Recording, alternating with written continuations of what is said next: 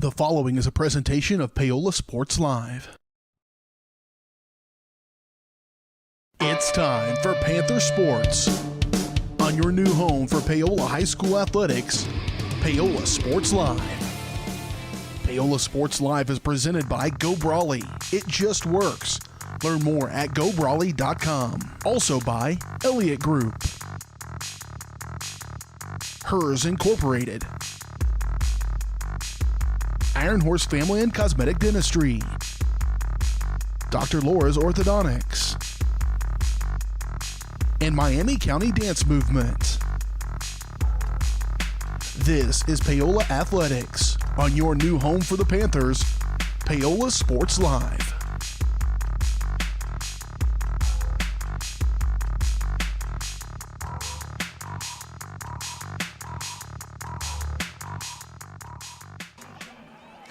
You are looking live at beautiful Bonner Springs, Kansas on this blustery, windy evening here. This October 14th, Friday evening. You've got a gorgeous background behind you of the sun just peeking out of the clouds, and we are excited for this matchup between two squads that are looking to get off the schneid a little bit. Two teams that come in having lost their last three on both sides. We've got a Paola squad coming in that's 2-4, and a Bonner Springs squad that's coming in 1-5, with Paola losing their last three at Tonganoxie versus Pittsburgh at home, and at Spring Hill, and Bonner Springs their last three against losing at Lewisburg, losing also at Tonganoxie, and then a loss versus Ottawa. So we've got two teams here that are hungry for a win, Caleb. Yeah, absolutely. Just like you said, three combined wins for these teams coming into this one. Both teams on 3-game losing streaks, as you said. They're struggling just to find an identity, struggling to get any confidence going, and just struggling to finish games. Like last week, both teams are in the game the entire way. Of course, Paola fell apart in the fourth quarter, and that game just fell apart in the fourth quarter. And then Bonner Springs hung with Ottawa the whole game and only lost by a touchdown. So Bonner's coming in playing a little better, in my personal opinion, but that doesn't mean anything. Got to put it all on the field. Exactly. Just need to put it together for the two squads, and we'll be breaking down more of this matchup. We'll be talking about the starting lineups for both squads, and also our keys to the game later on in our Elliott Insurance Group pregame show. In our pregame show, I do want to get in our sponsor here. Pregame show is brought to you by Elliott Insurance Group. At Elliott Group, they believe building strong relationships with their clients and their community is the best way to serve them both, with offices throughout the area and online at ElliottInsuranceGroup.com. We'll be back with more starting lineups, more about the matchup, and those key points to the game right after this on Paola Sports Live.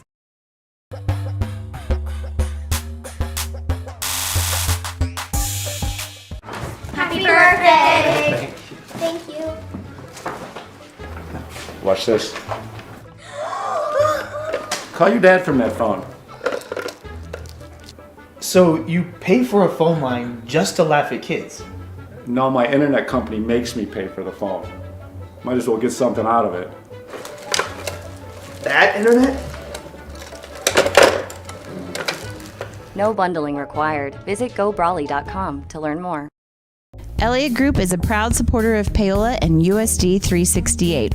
At Elliott Group, we work, live, and shop in your local communities. Serving Miami and Johnson counties for more than 45 years, Elliott Group understands your needs. As an independent insurance agency, Elliott Group works with numerous carriers to find the coverage that best fits your needs. In Paola, call 913-294-2110 or visit ElliottInsuranceGroup.com. Iron Horse Family and Cosmetic Dentistry and Dr. Laura's Orthodontics are committed to providing quality health care for area families. With comprehensive solutions, Iron Horse Dental and Dr. Laura's Orthodontics will listen and take the time to truly understand your needs, goals, and lifestyle. State-of-the-art equipment, techniques, and facilities combined with a new approach to oral care. That's what you get with Iron Horse Family and Cosmetic Dentistry and Dr. Laura's Orthodontics. To learn more, visit them online at drlaurasortho.com or ironhorsedental.com.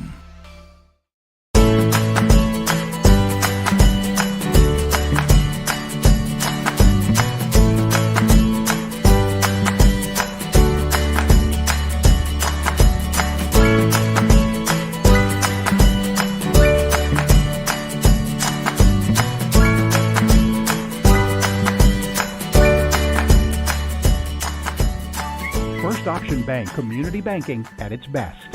Member FDIC, Equal Housing Lender. For more than 20 years, Gherkin Rental has been the place to go to get the job done in eastern Kansas and western Missouri. With a huge selection of quality equipment, from roll-offs to trailers, telehandlers to generators, power washers to popcorn makers. Experienced equipment professionals and clean, well-maintained tools to help you get the job done right the first time. Gherkin Rental. Stop by any of their 13 locations across the KC Metro or call 855-GHERKINS. That's 855-437-5367.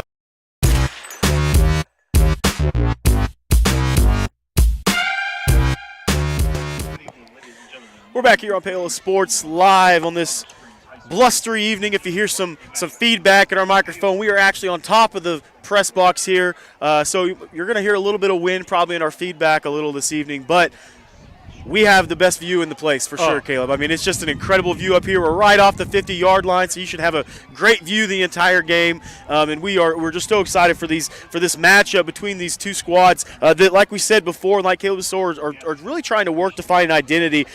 We'll go into a little bit more to their record. So Paola coming in, as we know, 2-4, starting off the season hot with a win at Fort Scott, just really dominating that game. Then a loss against Lewisburg. They kind of fought back and forth for the first half a little bit. Lewisburg took control of that game and then just really suffocated it. And the next week, Paola was able to bounce back against Ottawa, get a win there. Ottawa had had a missed extra point, but Paola had some mistakes in that game as well with the pick six and then a fumble recovery for 6 as well for Ottawa's side. So definitely a little bit of a sloppy game, but Paola found a way to ride it out and get a win. And then we go to that Tonganoxie game, and Paola had every chance to win that one with 2 possessions at the end of the first half and then at the beginning of the second half, right at the goal line, about the 4 or 5 yard line, right in that red zone area inside the 10, and just were not able to punch it in there. So that ended up being a loss. They had a game against Pittsburgh where came out so good in the first half, looked like a team that we really hadn't seen since that Fort Scott game. And then the second half, they looked like a completely different team, like a 2 switch sides, ended up losing that one by 1 score. And then last week at Spring Hill, the score does not do that game justice, as it was a close game, really tight, pretty much back and forth for the first 3 quarters, and then Spring Hill just really exploded at the end of that one. Yeah, like I said, it's been a tough battle for the Panthers this year. They're young, they're not very much experience with big games. They just don't know how to finish yet. Hopefully now they can get some confidence in this game, because this is definitely a winnable game for them. They need it, especially going back home to face Eudora next week for senior night, which is going to be very, very tough. But it's just all about confidence. You get hot at the right time, then you're going to be tough to beat. And what a time to do that right here at the end of the season, these final 2 games. But it starts here tonight. Big confidence booster if the Panthers can win this one. Big booster for sure. We'll be back to talk a little bit more about Bonner Springs here in a minute on Paola Sports Live. We'll also get you the starting lineups and our keys to the game as well right after this break on Paola Sports Live.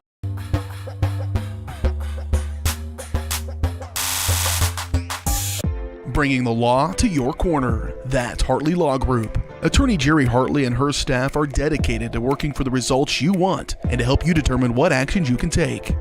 Specializing in criminal defense, family law, guardianship and adoption, estate planning, probate, and trust litigation. To learn more, call 913-294-4512 or visit HartleyLawGroupLLC.com. The choice of a law firm and attorney are important decisions and should not be based solely on advertisements or websites. Up your lawn care game at Hers Inc. in Spring Hill. We have one of the area's largest and most diverse selections of lawnmowers, including top brands like Altos, Bobcat, Gravely, Dixie Chopper, and Red Max. Quality built machines for any size job. And when you get your mower at Hers, we offer full service and repairs covered by your warranty. From the backyard to the back 40, the all-star lineup of mowers at Hers will make you the captain of the lawn. See the full lineup at hersinc.net. Call 913-247-3530 or just stop on by. At Olathe Health, we perform cutting-edge surgical procedures because changing lives with innovative care drives us, one patient at a time. Olathe Health, advanced healthcare, advancing lives. If you're off your game because of pain or injury, turn to Olathe Health, because orthopedics is our game. Joint repair and replacement, chronic conditions and injuries, hand surgery, sports medicine. Make an appointment today. Whether you're trying to make the most of the next harvest, navigating a changing business landscape, or planning for the next chapter in your life, the professionals at Prime Accounting Solutions are here to help. With 10 locations, Prime Accounting offers convenient, friendly accounting and tax services at a fair price. Payroll, bookkeeping, business planning, personal tax filing, and more. And now Prime is the place to go for insurance. Panther fans can find us at 310 North Hospital Drive in Paola or 913-294-3713. To find a location near you, go to primeaccounting.net. Rain Dance Studios is the area's newest dance studio with professionally trained staff, a brand new facility, and classes for every dance and tumbling level. Rain Dance Studios is everything you never knew you needed in a dance family. With an emphasis on customer experience, exquisite dance technique, and dancer confidence, Rain is the dance studio for every aspiring dancer. Come join Spring Hill's premier dance experience and get the royal treatment. Schedule a free 2-week trial by visiting raindancestudios.com.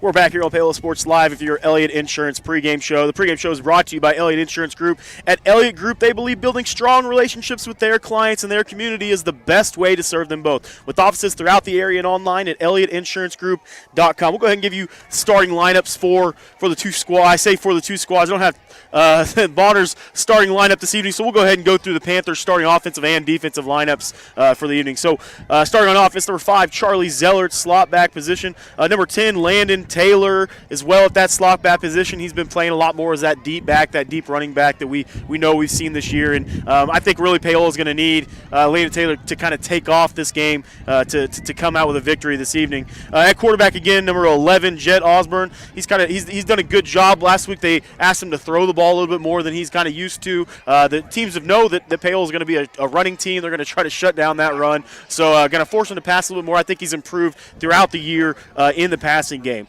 His favorite receiver and his favorite target, number 16 on the outside, Jace Curley at wide receiver. Number 26, Clayton Younger at fullback, who's been taking that duty of getting those tough yards inside. They haven't been there as much lately. Has been able to have a little bit of success on the outside with some quick pitches and things like that, but looking to more open up that Braves defense a little bit to drive in for sure. On the offensive line, starting number 57, Cale Murdoch. Number 50 at left guard, number 59, Brody Stewart at right guard. Number 67, Eli Richmond at left tackle. The quarterback of that offensive line, the center, number 73, Garrett McKinney. And at right tackle, number 75, Wade Inman. And then we've kind of seen a couple different looks offensively for the Panthers. You know, starting out the year was a lot with Samuel Johnson as the tight end, number 88. But we've also seen a lot with last game, especially J.D. Troutman came up big with a couple big catches for him in that Spring Hill game. So we've seen him play a lot more wide receiver than we at least did at the beginning of the year. So the offense definitely is something that needs to pick up this game. They got to really get that running game going, Caleb. Yeah, absolutely. And it's going to be tough in the run game tonight because – folks, I'm not lying when I tell you this. Bonner Springs has a dude that is 385 pounds at the nose tackle position. 6'6", 385. And he's every bit of it. Wait till you see him on the field tonight. This dude is massive. He's going to make the running game up the middle so hard for the Panthers in this one, so maybe the outside pitches, outside options will be there tonight. But one thing has to be certain, and you said it, the run game has to get going tonight. That way it opens up the pass game if you want to pass. Now, if you get 7, 8, 9 yards a pop every time you run the ball, throw the passing out the window. Just keep running the ball all the time. But just to keep the defense honest enough and not let them pack the box of 8, 9 guys where you can't do anything, whether up the middle or outside, because they'll just chase you down. There's not enough blockers there. Yep. And then we'll go ahead and go to the defensive side of the ball as the Panthers are trotting on the field now, and they're all white looks with their black helmets. Number 1, J.D. Troutman is one of the corners. Number 3, Dylan Wagerman, a linebacker. Number 5, Charlie Zeller is in the defensive backfield as well. Number 10, Landon Taylor is kind of really been the MVP of this season on offense and defense. A little bit tougher game last week on defense against that strong Spring Hill running team, but looking to get back on track there. Linebacker number 20, Cooper Stanchfield. Also at D-back number 23, Lane Anderson. 26, Clayton Younger. in that linebacker position as well, filling those gaps. On the defensive line, 57, Cale Murdoch, and Eli Richmond as well, number 67, and number 75, Wayne Inman. And then at middle linebacker, number 59, Brody Stewart. So a tough squad. Up front, defensively has kind of been their calling card this year. They've had a strong look up front, been able to do a great job on the defensive side of the ball. They've kind of had really their only mistakes. A lot of the points for the opposing team, even against that Spring Hill game late, was kind of the offense putting the defense in a bad position. Yeah, absolutely. Just the mental mistakes that the offense has made so far this year for the Panthers. They got to find ways when bad plays happen to not compound it. Don't make a mistake. Don't make it worse by screwing up the next play, by doing an even bigger mistake. Say, hey, we made a mistake. Check that off. Come back. Make a positive play and try to get some momentum back, because it just seems to snowball in the Panthers when something bad happens. They can't recover quick enough, and that's what's happened the last 3 weeks especially. Definitely. We'll be back right after this break. We will break down our keys to the game, and we'll take you right up to kickoff on the Elliott Insurance Group pregame show. We'll be right back after this on Paola Sports Live.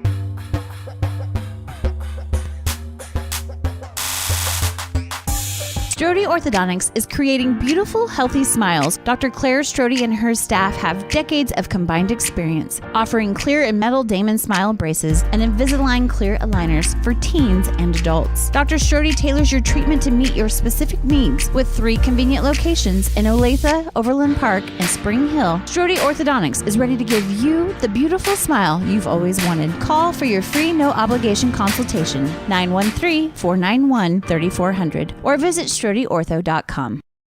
Planning for retirement, saving for your child's college fund, or just trying to protect the financial future of the ones you love. Edward Jones advisors Curtis Long and Monty Scher are here to help you every step of the way. Curtis and Monty work to discover each person's priorities, then individualize a plan to achieve those goals, sticking with their clients throughout their lives and always there to adjust when unexpected events occur. For over 100 years, folks have planned for their futures with Edward Jones. Plan for yours with advisors Curtis Long or Monty Scher in Paola.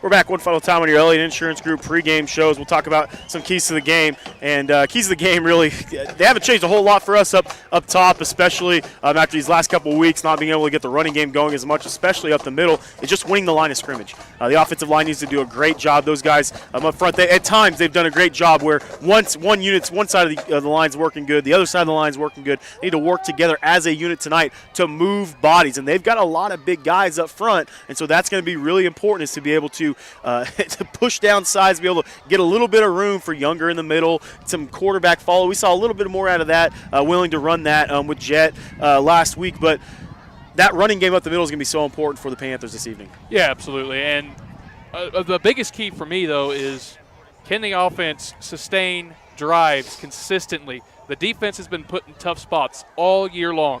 About 75% of the time, they've answered the bell and said, hey, you ain't scoring on us. But the offense can do the defense a big-time favor if the offense can sustain drives consistently. Don't, like, they have one good drive and score, then the next time they come out, they fumble it, turn it over, go 3 and out. That can't happen. It puts too much pressure on the defense to stop them at a consistent rate. But like I said, the Panther defense, for the most part this year, has stood up to the challenge. But it's certainly going to help if the offense can sustain drives like 4 or 5 times in a row. It's going to be huge, especially in this game.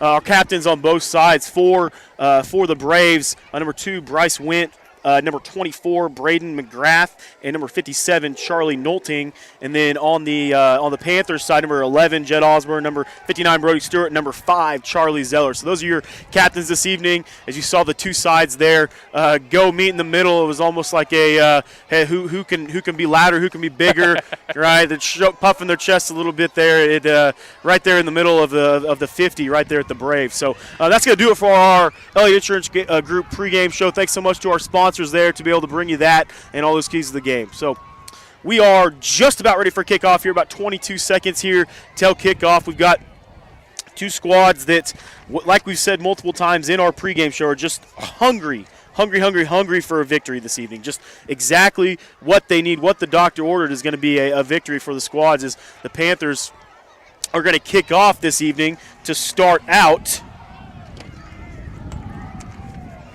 As we've got lots of wind this evening, so it might be a little hard to throw the ball a little bit too, Caleb, at least up here.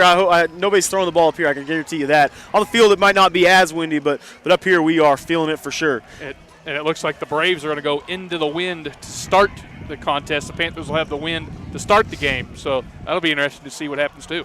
Back deep for the Braves, number 44, I believe, Peyton Parks. One of their running backs is back deep.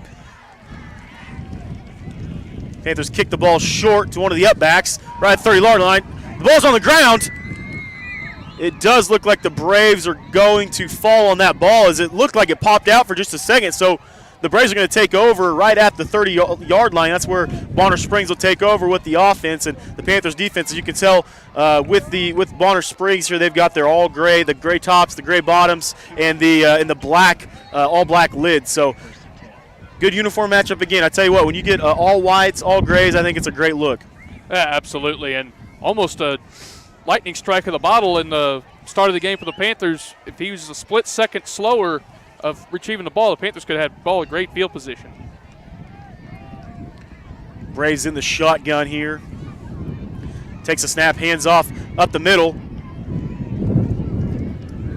It's going to be a short gain. The Panthers did a great job of blocking things up there in the middle. It's going to be a gain of about 3 yards here on first down. Still a solid gain on first down for the Braves. 3 yards a pop is going to do you very well. Panthers off defensive line needs to win a little bit better, but still not bad start for either side on that play. Braves break the huddle here with Kalik Rainey at quarterback for them. Shotgun. In shotgun formation, number 44, Parks in the backfield with him. Rainey takes the snap, hands off to Parks on the left side. He's tackled on the outside by a couple Panther defenders. Looks like Clayton Younger was in on the tackle. I think he was the initial one that made that stop on the outside. So brings up a 3rd and medium here for the Braves. So a great opportunity to get the Braves off the field here. Absolutely, and that was great team speed, great pursuit by the Panthers on that run play to the far side. Very minimal gain, if anything, on that one. Now the Panthers defense a chance to get off the field here early. Big opportunity here for the Panthers. Braves go trips receivers to the bottom of your screen, one receiver to the top. Parks in the backfield as well as Rainey. Rainey takes the snap, looking over here to the left side. Hits, actually misses his receiver, had his receiver wide open, but just overthrew him. So great stop here for the Panthers, as the Braves are going to have to start this game with a punt. Panthers fortunate their wide receivers wide open here on the near side, but the quarterback completely missed that throw. But the Panthers will certainly take it, 3 and out, and start the game. Whatever it takes, whatever it takes. Absolutely. Panthers will take it any way they can right now. Back deep for the Panthers, number 10, Landon Taylor, and number 1, J.D. Troutman. Braves punt this ball away. It's going to hang in the air with that wind coming at him. Troutman takes the kick, is able to make the first couple guys miss. Good return by J.D. Troutman is going to put him right at the 50-yard line. So great starting field position for the Panthers offense in their first drive. Tremendous return by J.D. Troutman. It's a tough ball to handle. A kick into the wind. It's just going to hang up there forever.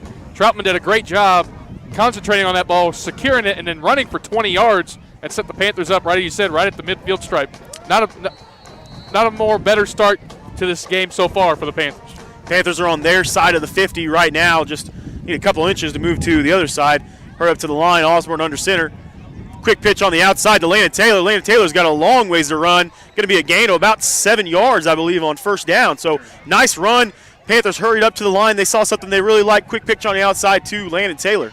And that's what I said to start the game. The outside runs are probably going to be there a lot tonight, so the Panthers just need to utilize that. Occasionally run up the middle if it's there. Up the middle is going to be a little tougher because of that 6'8" or 6'6", 385-pound man there for the Braves, but a good start. Panthers in a heavy formation here on the left side. And they got a free first down, as Judd Osborne has done that consistently all year with that hard count. Going to get a free first down here, so it's going to be 1st and 10 for the Panthers from about the 39-yard line of the Braves. And those are the penalties that coaches absolutely do not like as he comes off the field after jumping offside. It's just the ball's right in front of you. You can't jump. They assume it's going to go on one every time, and that's why there is a hard count. Panthers will certainly take it. First down of the game.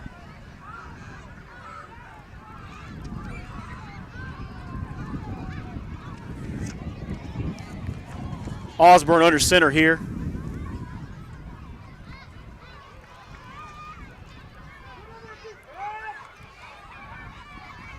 Takes a snap, trap play on the outside to, looks like Charlie Zeller, but I think they moved early. Going to be a false start against the Panthers. And that's unfortunate there. Zeller had a ton of running room. That may have been to the house as it completely fooled the Bonner Springs defense. They were going to the far side of the field. The play came to the near side.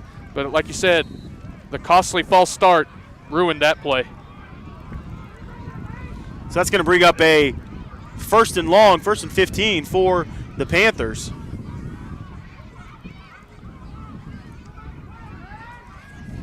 .909 left in our first quarter here. Osborne under center, receiver at the top of your screen. Landon Taylor has a deep back. Heavy formation to the right, looking back to pass, looking for his favorite target, Jace Curley, the curly curl on the outside. It's going to be a gain of about 8 yards on first down, so able to get back across the chains there. Going to put them in a better spot here with the 2nd and long, but a lot better than 1st and 15. Absolutely. Anything positive after that false start penalty is a good sign. Got that curly curl, nice little 8-yard pass play, sets the Panthers up in decent position. Troutman is at the bottom of your screen, Curley's at the top. Osborne under center with your 2 wingbacks, Landon Taylor and Charlie Zeller. Clayton Younger is your fullback. Osborne takes the snap as Landon Taylor goes in motion, hands off right inside to Clayton Younger. Big hole right on the left side. Going to push forward for a gain of about 4 yards on 2nd down. So it's going to bring up 3rd and medium here, 3rd and 4. So definitely was able to get a little bit of yardage back there, make a 3rd and manageable instead of a 3rd and long. And now it's 2-down territory right here.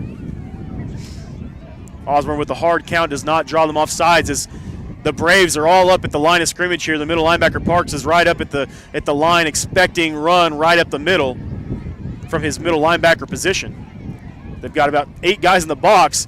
Quarterback follow. Actually, Jet does not follow. He goes to the left side. He had Younger on the right, goes opposite Younger to the left side, right over the guard, and picks up about 3. So it's going to bring up 4th and short here, 4th and 1.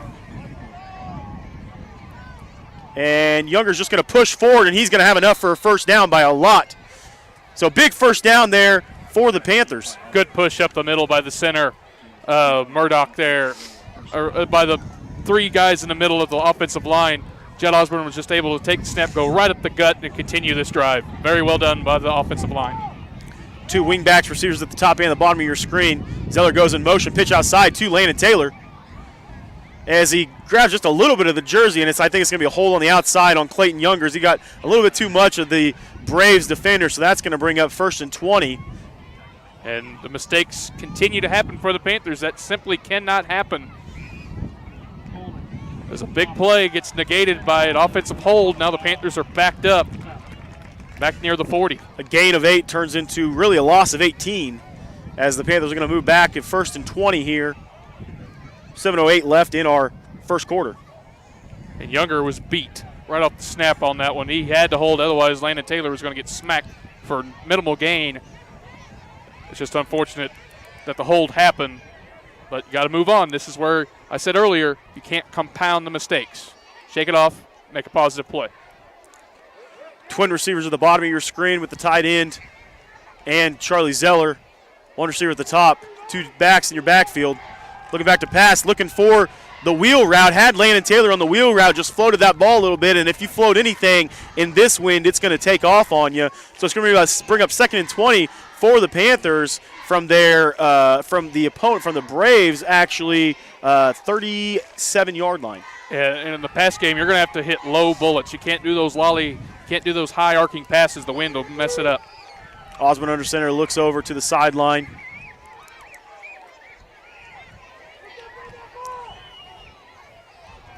Zeller at the bottom of your screen looking for the play call from Jet as he takes the ball right up the middle, hands off to Clayton Younger. Younger's going to get a good portion of this back, going to gain about 9 on 2nd down, so a good run up the middle by Clayton Younger.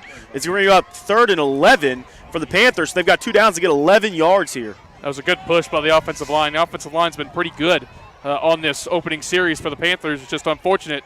A holding penalty set them in this position, but they got 2 downs to get 11 yards. See if they can do it.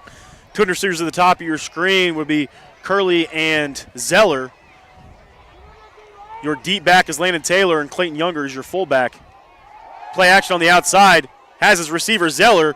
Not able to get away from the defender, though. It's going to be a gain of about 4 yards, I believe, on third down. So it's going to bring up fourth and about 8. And you could try a field goal here, but you haven't really had many opportunities to kick a field goal here. You do have the wind behind you. It's still going to be about a 41-yard attempt if they just so choose to, but I fully expect the Panthers to go for this and see if they can get a first down. And it looks like they are going to go for it here on this 4th and 8 in the ball game. They've taken a lot of time off the clock here. Really need something big here to go past the sticks and pick up this 4th and 8. Osborne under center, looking to his left side, looking to his favorite target. Oh, he had Landon Taylor, but he just did not have enough time as the blitzing linebacker on the left side comes through and hits him as he's trying to throw it, as he is shaking his arm a little bit as he goes off the field. The Braves are going to take over in their own territory. Yeah, that's unfortunate. Jed Osborne took a shot, like he said. He just did not. If he had a split second longer, I do think that pass gets completed, but he just didn't have enough time. The blitzing linebacker, the Panthers didn't communicate enough, and Panthers turned the ball over on downs. Braves take over at their own 24-yard line. 2 receivers at the bottom of your screen and twin receivers at the top as well. Rainey is your quarterback, with Parks as their back beside him.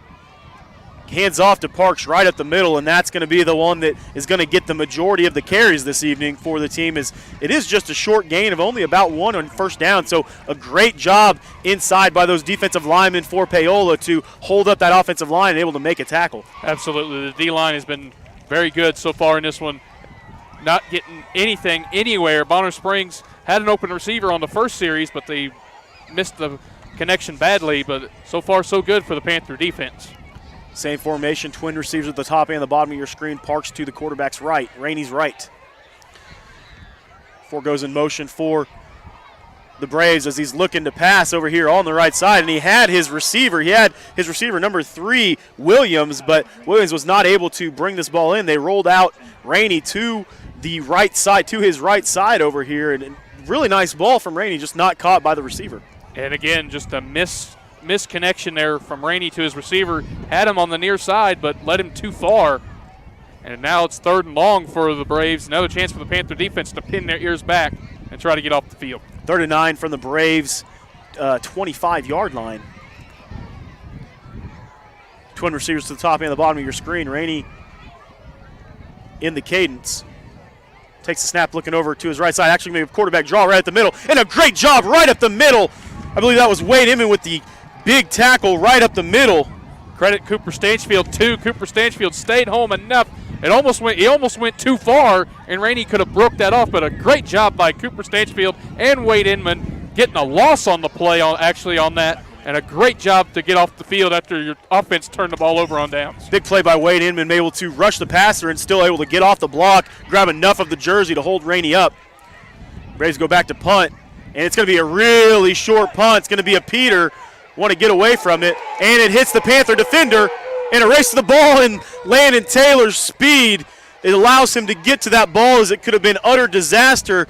A short punt of only about 8 yards goes up in the air. You get anything up in the air here, it's going to be twisty and turny, and it just hits one of the Panther blockers that just did not see it coming. Oh, good old Mother Nature almost cost the Panthers, but heads up by Landon Taylor to get there and save the possession. And now the Panthers are in Bonner's territory to start this drive, see if they can finish the drive this time. Taylor did a great job of putting his back to the field side there, letting the ball, if it does happen to hit off him, go out of bounds. It still maintains Panther possession, but it is the Panther ball in Braves territory. Pitch on the outside to Landon Taylor, I believe, is going to be a false start as they were not set on the outside. 3rd penalty already on the Panthers offense in this first quarter. The mistakes just cannot happen. It's just happened too many times this year.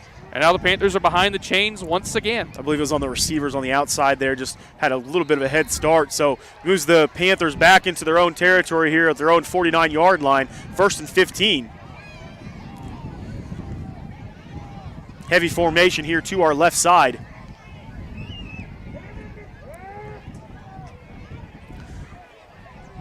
Younger is your, actually not Younger, my mistake. Curley is your receiver at the top of your screen. Younger is your fullback, and Landon Taylor is the deep back. takes a snap inside and is just going to be a short gain of only about a yard on the left side for Clayton Younger as he dives forward. So 2nd and 14 now for the Panthers, just into Braves territory. And that penalty has messed up the Panthers here. It's kind of messed up the play calling abilities. And now it's 2nd and long. Who knows what's going to happen here? I expect a pass maybe or a toss, but it's just the mental mistakes are killing the Panthers in this first quarter. Single wing formation. Zeller goes in motion, hands off to the deep back, Landon Taylor. Landon Taylor breaks the tackle. He breaks free on the left side. He's got one man to beat. 20, 15, 10, 5. Landon Taylor, touchdown. Huge run on the outside by Landon Taylor. A run of 49 yards on the left side puts the Panthers on the board to start the ball game. Big time answer for the Panther offense. They start the drive by committing a false start penalty and then a huge run by Landon Taylor to get the Panthers on the board in the first lead of the game. What a giant play on the outside. It was schemed up very well. He only had about 2 guys to miss. He made the first one, missed on the broken tackle. A safety had the corner on him. Landon Taylor's speed was able to allow him to pull away from the defender and score that touchdown. What a huge play by Landon Taylor. PAT is up and good. That's going to be the Panthers lead 7-0. We're going to take a quick break here on Paola Sports Live. We'll be right back right after this.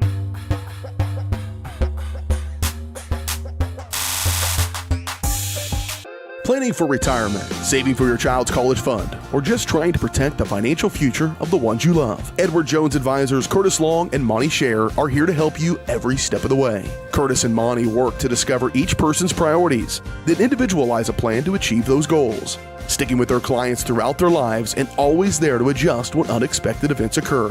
For over 100 years, folks have planned for their futures with Edward Jones. Plan for yours with advisors Curtis Long or Monty Scher in Paola.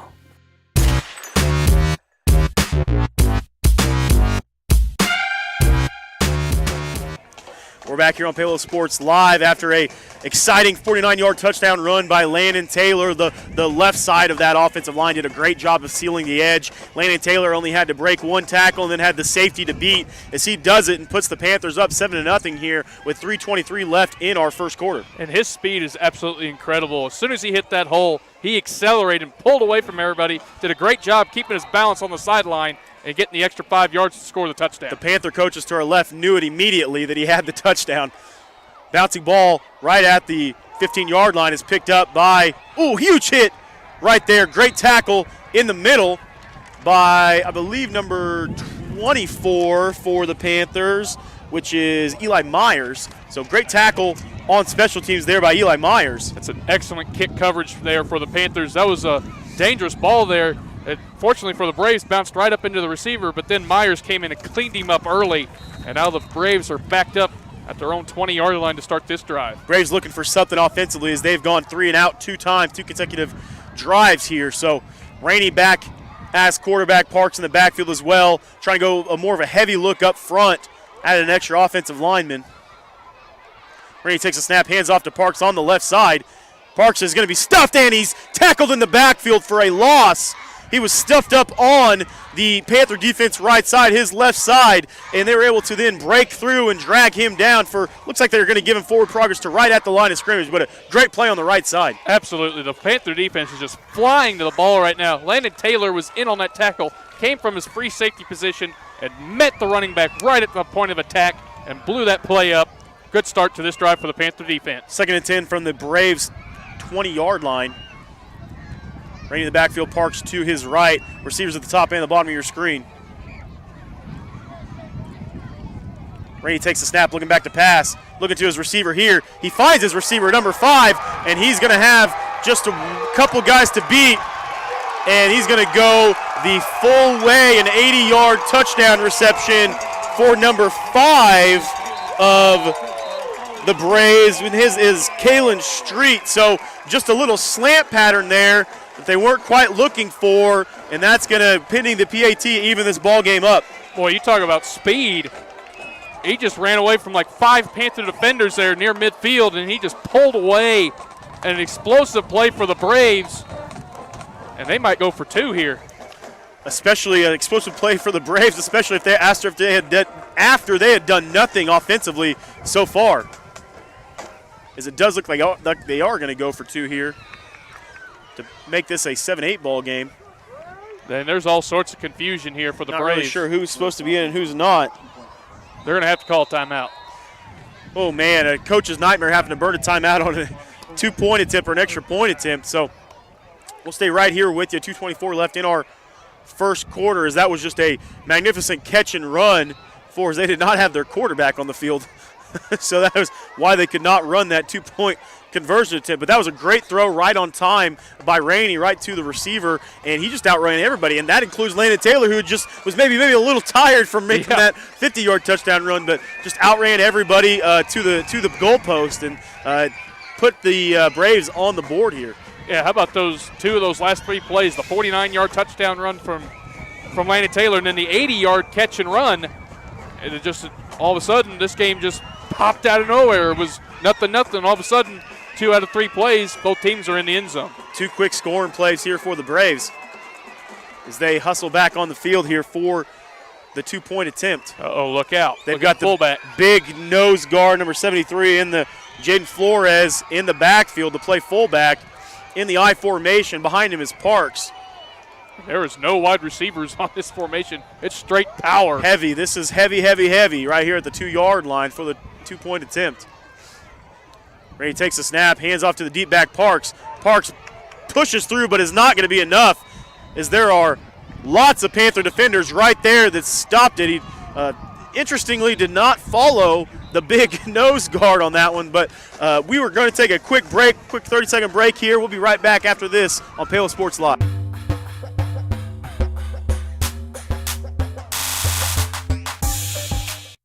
Are you looking for a trusted heating and air conditioning contractor? Look no further than Comfort Designs. Comfort Designs Heating and Air has 100% NATE certified technicians who are friendly, knowledgeable, and ready to help.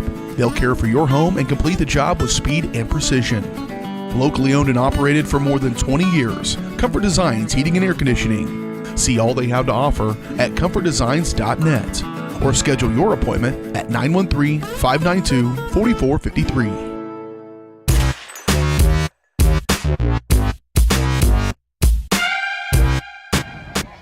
We're back on Paola Sports Live here in Bonner Springs, Kansas, where the Panthers and the Braves are battling it out. These last, like Caleb said earlier, 2 out of 3 plays have been scores for the 2 sides. And how about the missed, not having a field goal kicker is crucial in these games at times. We saw that a couple weeks ago in Lewisburg-Eudora game. Eudora went for 2 in overtime, didn't get it, and then Lewisburg scored and kicked the extra point to beat them, so maybe that point could come back to haunt the Braves later in the game. I want to help the Panthers this year already against Ottawa, where they missed the extra point early on in that game, and that was the difference in the ball game. Interesting kick formation. Braves back to kick here. Kick to the left side. That one's gonna really go out of bounds. That one was never really close to going in, as the Panthers are gonna have great field position here to start their 3rd drive of the ball game. Yeah, just mistakes can't happen on special teams either. As a kicker, you got to keep that ball in bounds. Now you get the Panthers the ball at their own 35. And how about the starting field position for the Panthers so far in this one? They started the first drive at midfield, second drive in Bonner Springs territory, and now they're at their own 35. Good. Yeah, the worst start so far has been at their own 35, which if you told Coach Smith that coming in, he probably would have taken it all day long. Absolutely. Of course, he would expect you to have 2 scores already. Yeah, 2 scores already, exactly. But that's not how it works. Osborne under center to take the snap. Got the encroachment again, it looked like, but nobody else jumped, so going to give him that one free. Osborne back under center here.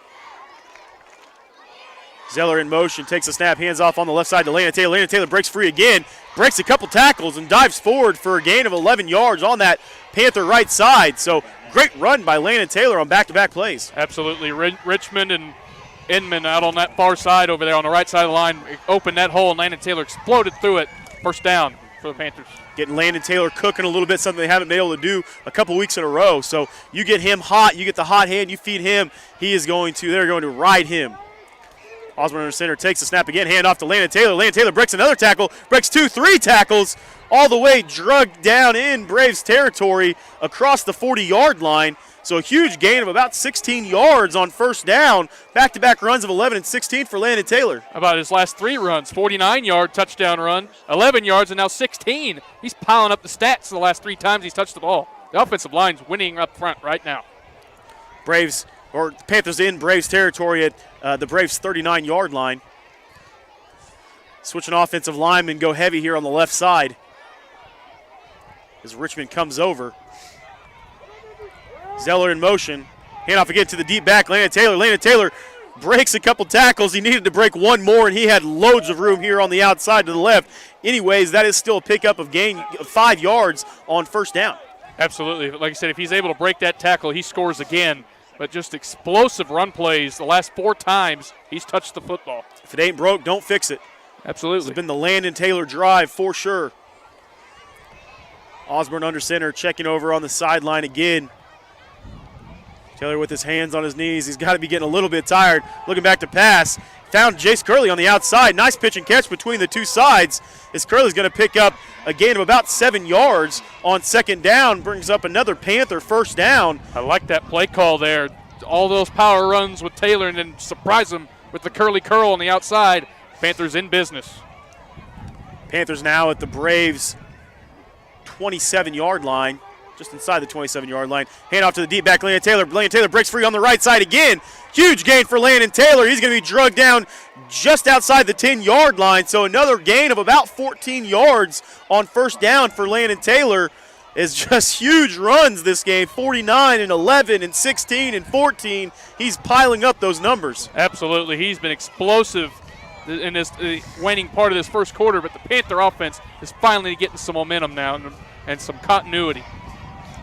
Osborne Center takes the snap, hands off to Landon Taylor. Why not on the right side? He is finally drugged down as Clayton Younger was not quite able to get that block on the outside. Still picked up a gain of about 2 yards on first down. And that's likely going to be the final play of this first quarter. And I think Landon Taylor needs a quarter break. He's been on fire the last half of this first quarter. And the Panthers are going to just walk this off the field with 1 second left. They're going to take a break. We're going to take a break with them. At the end of one, the Panthers have a 7-6 lead and are driving into Brave territory just outside the 10-yard line. We'll be back for more right after this on Paola Sports Live.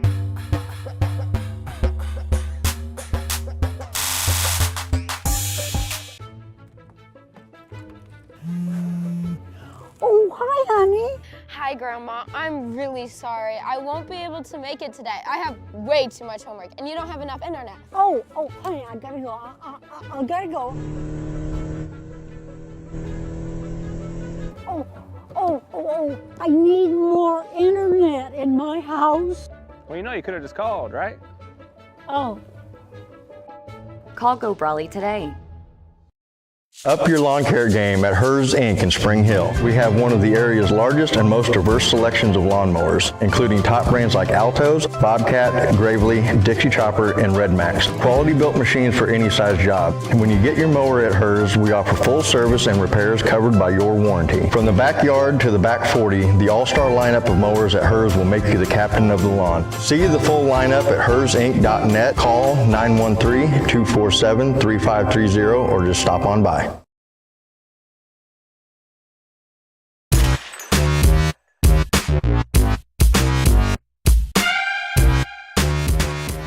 We're back here for the start of your second quarter here in this ball game with the Panthers leading 7-6 and driving into Braves territories. They actually gave Landon Taylor forward progress just inside the 10-yard line. So first and my mistake, second down and about 8 for him on the Charlie Zeller. Tried a reverse on the outside to Charlie Zeller. Quick reverse does not gain too many yards. They picked up about 3 yards there on second down, so it's going to bring a third and about 6. Yeah, Bonner Springs read that play beautifully, but Zeller was able to avoid that tackle and get a gain out of it, and now the Panthers have options here about third and a long 6.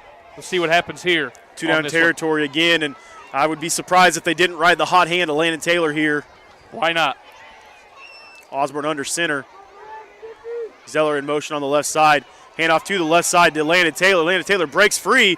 He gains just enough, and he's in for another Panther touchdown. Landon Taylor scores from 7 yards out to make this ball game 13-6 pending our point after attempt. Boy, what an impressive run by Landon Taylor. He did not quit on that play. He was not going to be denied to the goal line. His second touchdown of the half. Panthers up by 7. When in doubt, hand the ball to Landon Taylor. That has been the recipe this evening, as it is a 7-yard touchdown run for Taylor. Blocked. And that one was missed. It was blocked at the line of scrimmage. Blocked at the line of scrimmage. So it's going to put the Panther lead to 13-6. We'll take a quick break. We'll be right back after this on Paola Sports Live.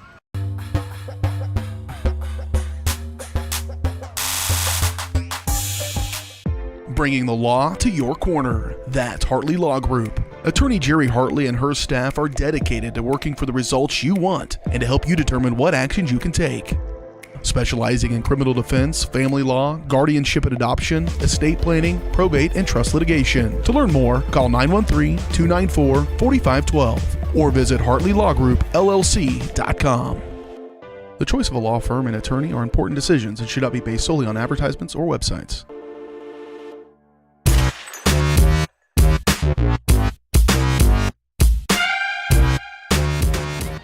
We're back on Paola Sports Live after a Landon Taylor 7-yard touchdown dive and then a blocked extra point there. So the lead is still only 7.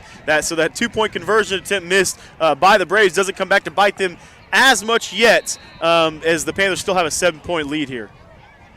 Kickoff deep, nice low line drive kick, fielded at about the 12-yard line by the Braves. Trying to gain some momentum on the outside. He's going to be tackled, brought down by a host of Panthers. And on the tackle, for sure, was number 9, J.J. Crawford. Again, good kick coverage by the Panthers. A well-placed kick that was fielded around the 10-yard line, and then good kick coverage, not letting that Bonner Springs return man get outside where he can make some damage to see if the Panther defense can recover after getting boat raced on an 80-yard reception the last time the Braves had the ball. Braves take over at their own territory at their 24-yard line. Over here on the sideline, getting the call from Coach. First-year coaches here on both sides, as well as the Bonner Springs squad has a new head coach. Rainey in the backfield as the quarterback Parks to his left. Two receivers at the top of your screen. One goes in motion. He takes a snap, hands off to Parks on the left. Actually, quarterback keep right up the middle. Finally brought down by a Panther defender as he had gone from the left side, cut back to the right side. Good decision by Rainey to pull that. Had the Panther defense flowing to that side of the field. He's able to cut back up, have a missed tackle by Inman, and get a nice 7-yard pickup on first down. Cooper Stansfield on the tackle. They're finally able to bring him down from his weak outside linebacker position. Twin receivers at the bottom of your screen, one at the top. Rainey in the backfield with Parks to his right. He takes a snap, hands off to Parks here on the right side. Big time stop by Clayton Younger, first in on that tackle, but it is going to be enough for a Brave first down. So Braves are going to have 1st and 10 from their own 39-yard line, just outside the 40-yard line. But my mistake. 34-yard line, holy smokes. Depth perception is doing so. Caleb, it feels like I'm crying up here with all this wind in my eyes. My eyes are watering. I'm going to blame it on the blurry vision. Come on, man. This is Game 7. You no can't excuses. Be doing that. I can't be making excuses. You're right. Braves have the ball here at their own 34-yard line. Receiver in motion. Rainey takes the snap, hands off to the left side. As coaches on to our left are wanting a hold on the outside, as the defensive end looked like he got a little bit of a pull there on the edge. It's going to be a gain of 6 yards on first down for the Braves. Bonner Springs doing a good job so far answering that touchdown for the Panthers with 3 very good run plays. And now you're close to the midfield here, get just shy of midfield by a few yards. But it's a good, solid drive so far for the Braves. The Panther defense needs to toughen up here. Now the Braves are just on the other side of their own 40-yard line. Oh, just a play early. Rainey takes the snap, hands off to Parks, and it looks like it's going to be a false start on the outside as the receiver got a little bit of a head start there. And that's the 3rd false start of the game, 2 by the Panthers, the first time against the Braves. Just those pre-snap penalties are costly for these teams. That's the 4th pre-snap penalty of the game, 3 false starts and 1 offside. It's going to bring it back to 2nd and 9 for the Braves, so good break there by the Panthers, hoping to get a good stop here, make them have a 3rd and long play. I'll expect the Braves to go through the air, as that's where their success, really their only success has been so far, besides a couple of runs here on this 4th drive. Hustling up to the line with 6 on the play clock. 12 receivers at the bottom of your screen. Brady takes the snap, looking back to pass, rolls out to his right side. He's going to be chased down by a couple, finds his receiver target as he just floated it right over the linebackers that were right there in coverage. And somebody blew the coverage in the Panther secondary. Receiver was wide open over there on the Panther sideline. An easy pitch and catch. And now the Braves are moving the football here, nearing midfield. Nice pitch and catch between between quarterback and the receiver there. Braves have the ball at their own 48-yard line. 8:40 left in our first half. Rainey in the shotgun. Takes the snap, hands off to Parks on the left side. Cuts back to the right. Going to be a short gain of about 2. Better job by the Panther defensive line right there. Standing up the offensive line before it could really get going. Minimal gain of 2 there, just on the other side of midfield. Braves now have the ball just in Panther territory. 2nd and 8. Trips receivers at the bottom of your screen.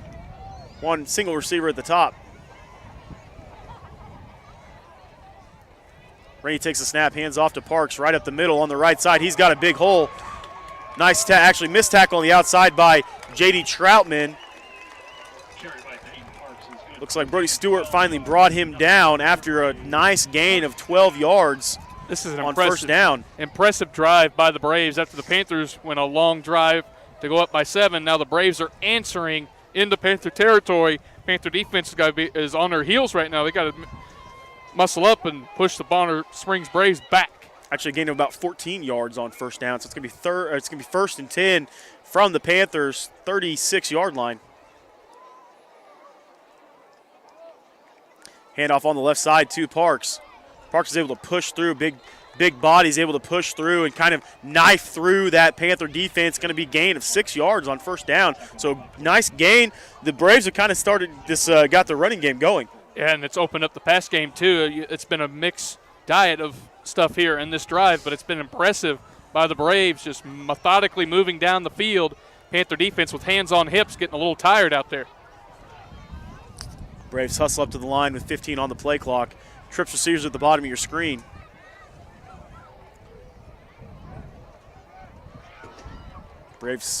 Panthers spread out on defense. Rainey takes a snap, looking to his right, to his favorite target, looking right over the top of J.D. Troutman, and he dropped the ball right in the bucket.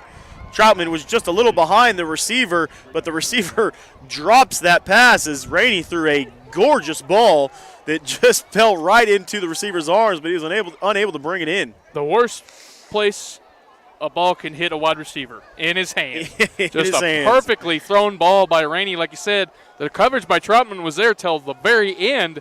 Just a beautifully thrown ball by Rainey. Just couldn't, his receiver didn't help him out. Need a little stick him on the hands there for the Braves receiver. Glad it wasn't. 3rd and 4 for the Braves. Rainey takes a snap, fakes the handoff, boots out here to this left side, has his receiver wide open, and it looks like he does not get a foot in as it was close. It looked like he almost drug a foot, a little play action pass. As his receiver was wide open, just didn't have enough room here on the left side, so it's going to bring up a 4th and 4. 2 beautifully thrown balls by Rainey the last 2 plays. His receivers just didn't know where he was on the side, wasn't able to get a foot in, and now the Panthers have a chance to get off the field if they can get a 4th down stop. Receiver had an opportunity to maybe slow up just a bit there to try to get that foot in, but was not able to. So big time 4th and 4 opportunity for the Panthers. A little bit of miscommunication there for the Braves.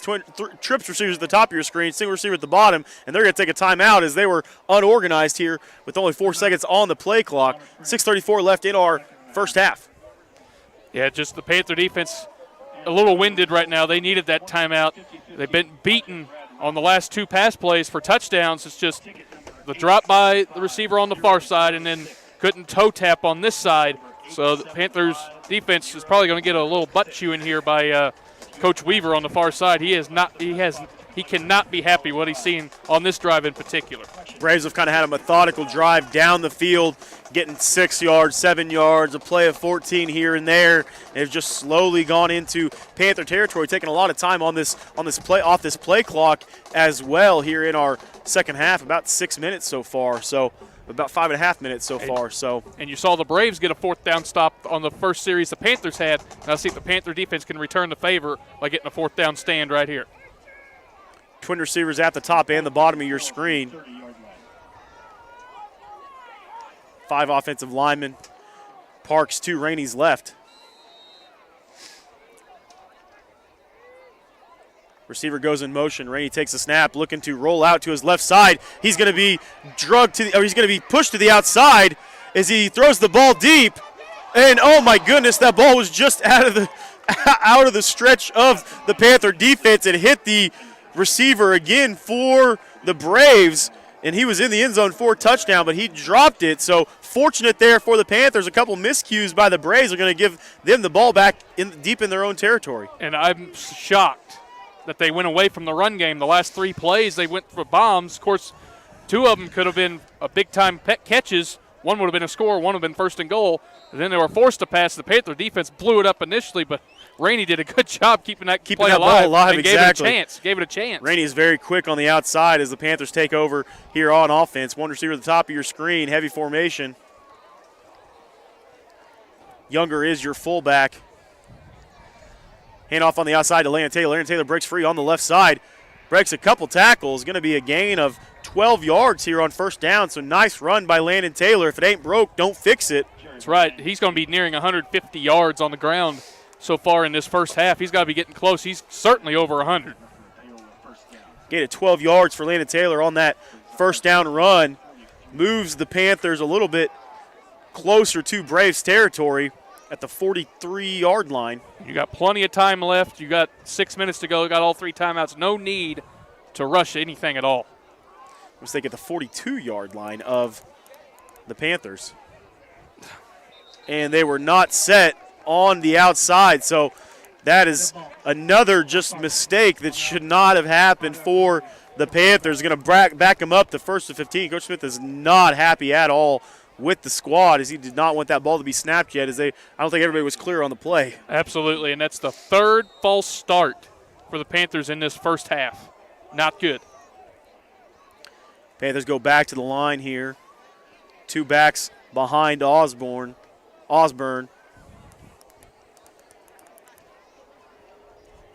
Jet takes the snap, looking back to pass, has his target right over the middle of the field, had Charlie Zeller right in the seam. Charlie Zeller with a huge gain up to the Brave 30-yard line. Nice little pop pass there to Charlie Zeller with a big-time gain of about 35 yards there on 1st and 15. Tremendous play call by Coach Smith and the offense there. You get backed up after a pre-snap penalty, and then you just see Zeller just streaking down the middle of the field in a big-time game. The Panthers are in business. Nice pitch and catch between the two as they had that pop pass in the seam wide open. Handoff to the deep back, Landon Taylor, that's working on the left side. Breaks through free of a couple tackles. It takes about 3 Brave defenders to take him down. Nice gain of about 18 yards. I mean, this kid is just unbelievable in this first half. Just will not quit. He gets hit right at the line to gain and just keeps the legs moving, will not go down. Panthers in the red zone.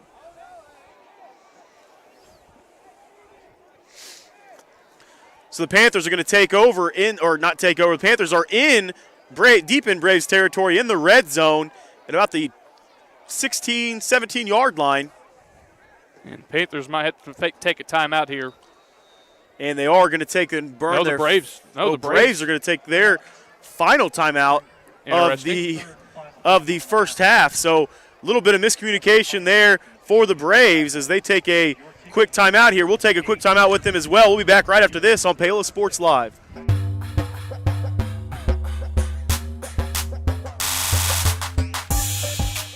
Hi, I'm Dr. Aaron Stoes with Paola Veterinary Clinic. We'd like to thank you for trusting us with the care of your pets and large animals. At Paola Vet Clinic, we're proud to be your hometown vets who know and care about your family. Coming soon, a new location here in Paola in the industrial park with cattle haul-in and boarding and grooming. With 24-hour emergency services and 3 other locations in Lewisburg, Drexel, and Martin City, and a team of 11 veterinarians, our commitment to this community makes Paola Vet Clinic the vets you can trust.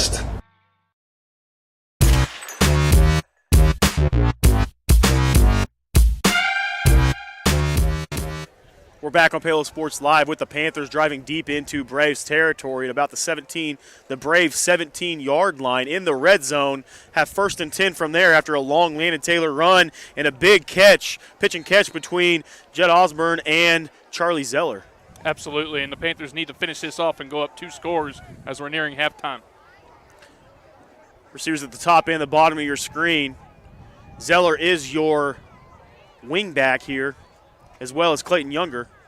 Younger goes in motion. Pitch on the outside to Landon Taylor. Landon Taylor has a seam on the left side. He breaks free. Touchdown, Panthers! Landon Taylor again breaks free on the left side. A run of 17 yards and the touchdown to put the Panthers up, pinning the PAT 19-6. Have yourself a first half. Landon Taylor, 3 touchdown runs in this first half. The Panthers go up double digits. Big play on the outside. They put their wing back, Clayton Younger, usually the lead back. They put him in motion, able to seal that outside. He had a huge hole on the outside for Landon Taylor. That kick is up and good as the Panthers take a 20-6 lead on the Braves here with 4:37 left in our first half. Just an incredible drive for the Panthers. We'll be back right after this on Paola Sports Live.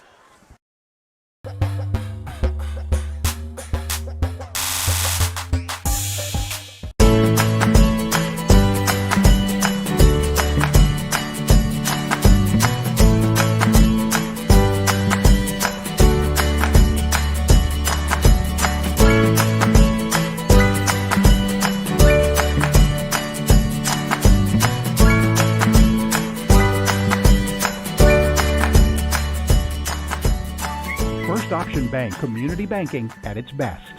Member FDIC, Equal Housing Lender.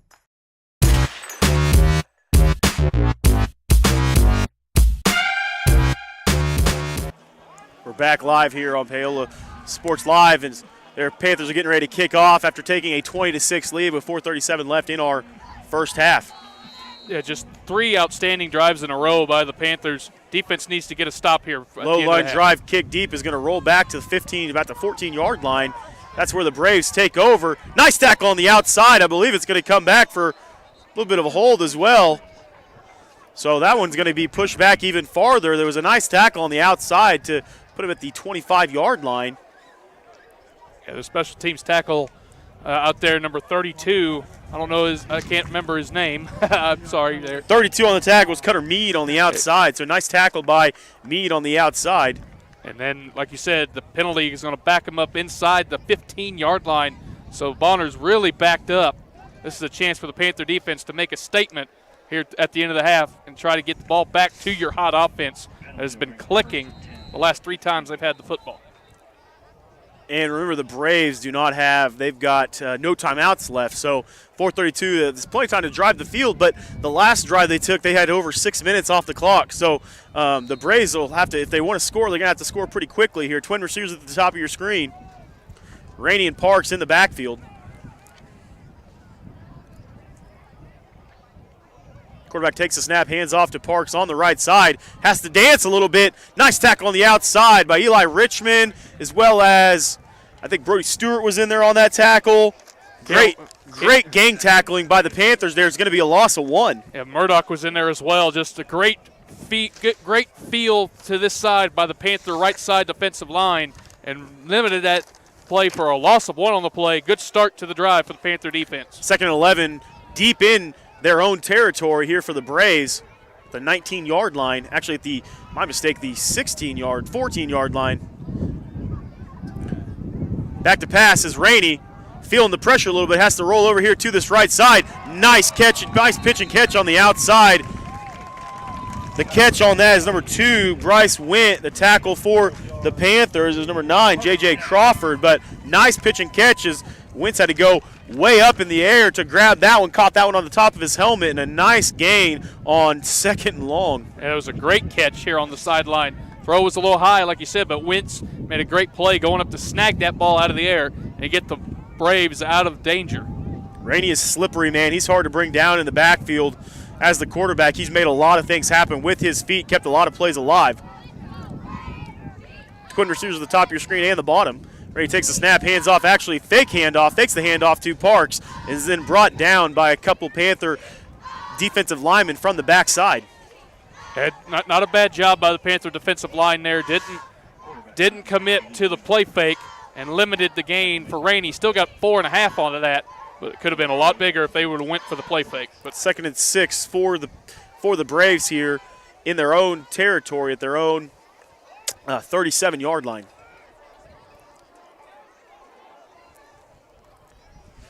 Trips receivers at the top of your screen. And he takes a snap, hands off to Parks, trying to plunge through the line there.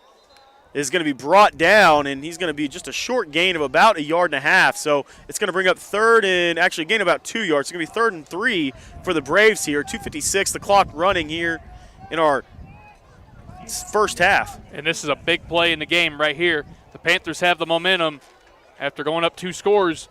And for the Braves, they need to convert this first down. They do not want to give the ball back to the Panthers. Twin receivers both at the top and the bottom of the screen. Parks to Rainey's left.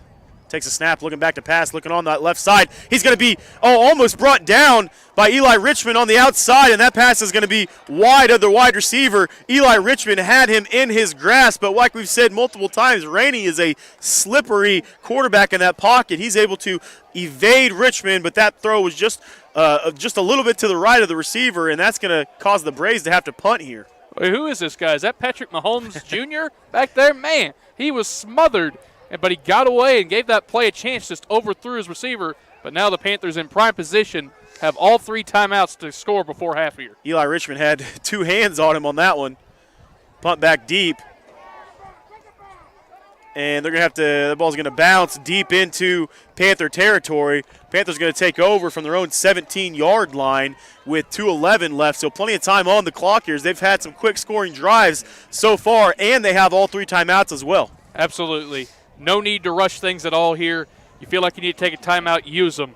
You got plenty of time. You got to go a long way, though. You got about 83 yards of field position to score before a half.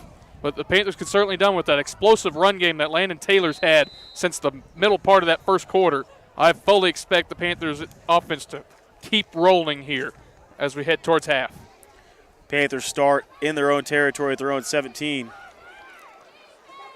Pitch to the outside to Landon Taylor. Landon Taylor breaks a couple tackles, able to dive forward for a gain of about 4 on first down.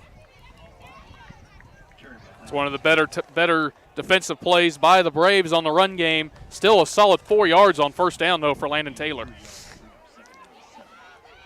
Screen up 2nd and 6 for the Panthers. As they are taking as much time as they need right here. Looking back to pass, looking over on the right side, looking for the go right with Curley. Find Curley as he had to adjust to that ball, come back to it. The Braves defenders did not know where it was. Curley knew where it was the entire time as he comes back to that ball, and a big catch and run for the 2 are going to have a first down now for the Panthers with 1:33 left in our first half. And the winds calmed down considerably, but the Mother Nature certainly helped the Panthers there. Curley saw the ball fluttering, came back for it, and picked up his quarterback. Panthers in business. Osborne takes the snap. It's going to be a pitch on the outside to Landon Taylor. Landon Taylor has a lot of room on the outside. Bowls over the Braves defender for a gain of 9, and it's going to be a Panther timeout as well as the Braves defender wanted nothing of Landon Taylor. Landon Taylor planted him flat on his back. It's going to bring up 2nd and 1 into Braves territory. Now the Panthers got to be a little bit quicker now. You're down to nearing a minute. You got 2 timeouts after using one here. But Landon Taylor is taking control of this first half. He is just running with aggression, with authority, saying, if you're going to tackle me, you better come at me or I'm going to run you over, like he did on that first down play. Just bulldozed over the tackler over there and got an extra 3 yards because of it. Credit to the Braves defender because if he doesn't bring him down, he's scoring. That was absolutely. For sure on that one. As Landon Taylor has a head for the end zone right now as the Panthers have the ball at the Braves 47-yard line, I believe, here with 1:12 left in our first half. Absolutely. Like I said, you got to go a little quicker now. Time's running out on the Panthers here in the first half. They've covered about half the distance they've needed. They need to get a little bit more. I certainly expect more passing as we get closer towards the end of this half, especially the closer you get to the end zone. Zach definitely telling his Coach Smith's definitely telling his guys, if you can get out of bounds, go ahead and get out of bounds. We'll save those timeouts. Absolutely. If you get a first down, clock stops again, make sure you hustle up to the ball, have a couple plays called so we can get this thing rolling. Absolutely. Make sure we get another score here before halftime. Pitch on the outside to Clayton Younger this time. Younger able to break free. He does get shoved out of bounds after a nice gain of about 6 yards on 2nd and 1. So good pickup on the outside there by Clayton Younger, giving Landon Taylor a little bit of a breath, and Younger was also able to get out of bounds, which is nice, save that extra timeout and time. Absolutely tremendous heads-up play by Younger. The toss has been effective for the Panthers in this first half, and now the Panthers got all the time in the world now. The clock stopped at 1:06.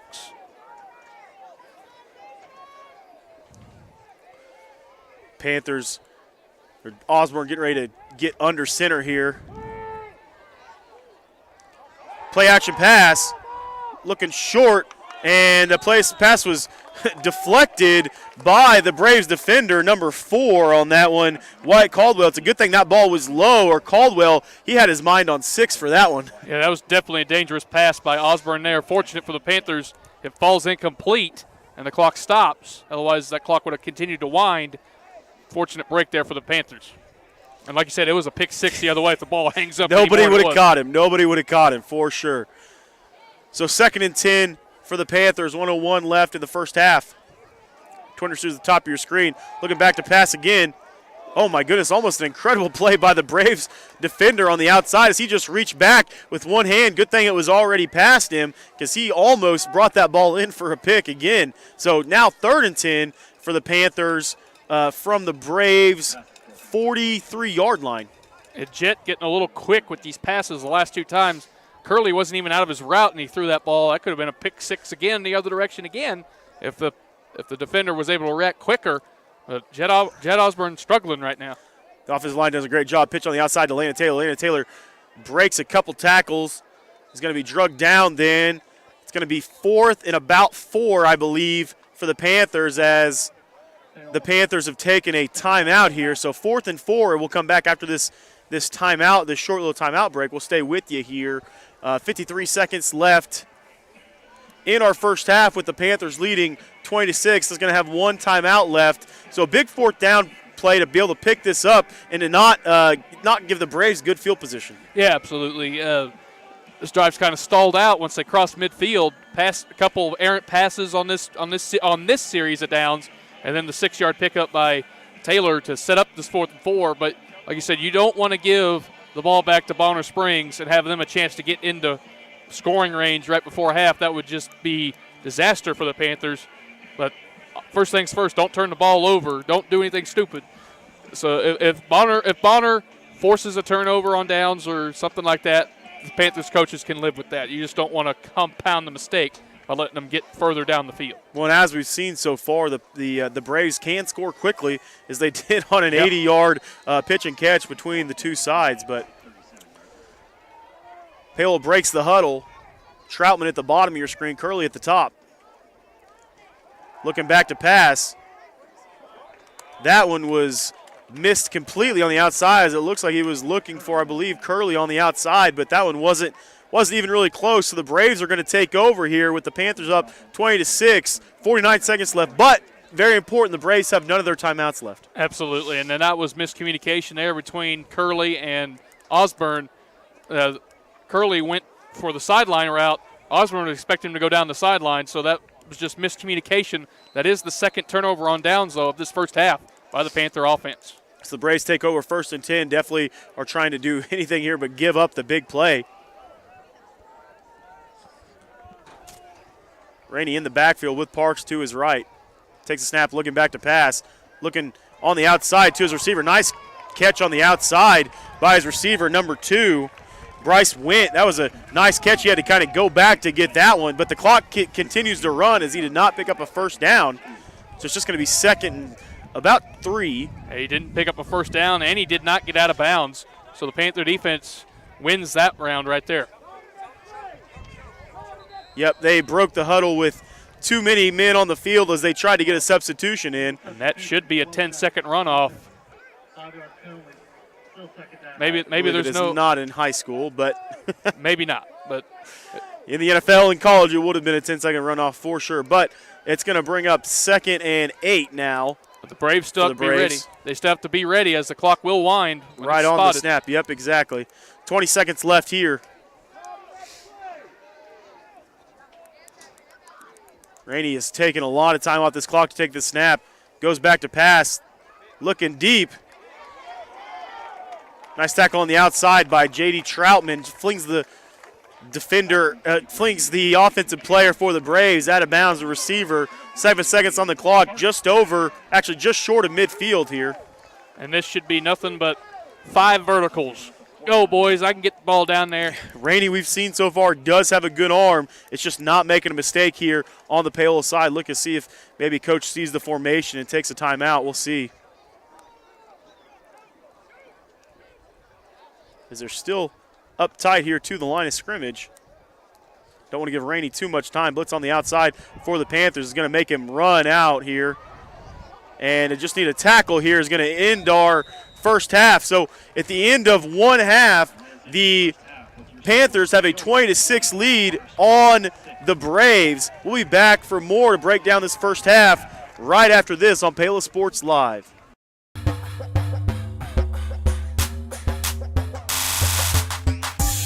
Farm Bureau has been a proud supporter of the Paola Panthers for more than 20 years. At Farm Bureau Financial Services, their #1 goal is to protect you and your family. Insurance is complicated and not one size fits all. Agent Rusty Walters and his team of Alicia Shea, Maria Dirty, and Brett Fisher take pride in the relationships they build with their client members. Let them work with you to customize a plan that protects your livelihood and your future. To learn more, contact Rusty, Alicia, Maria, or Brett at 913-294-2737.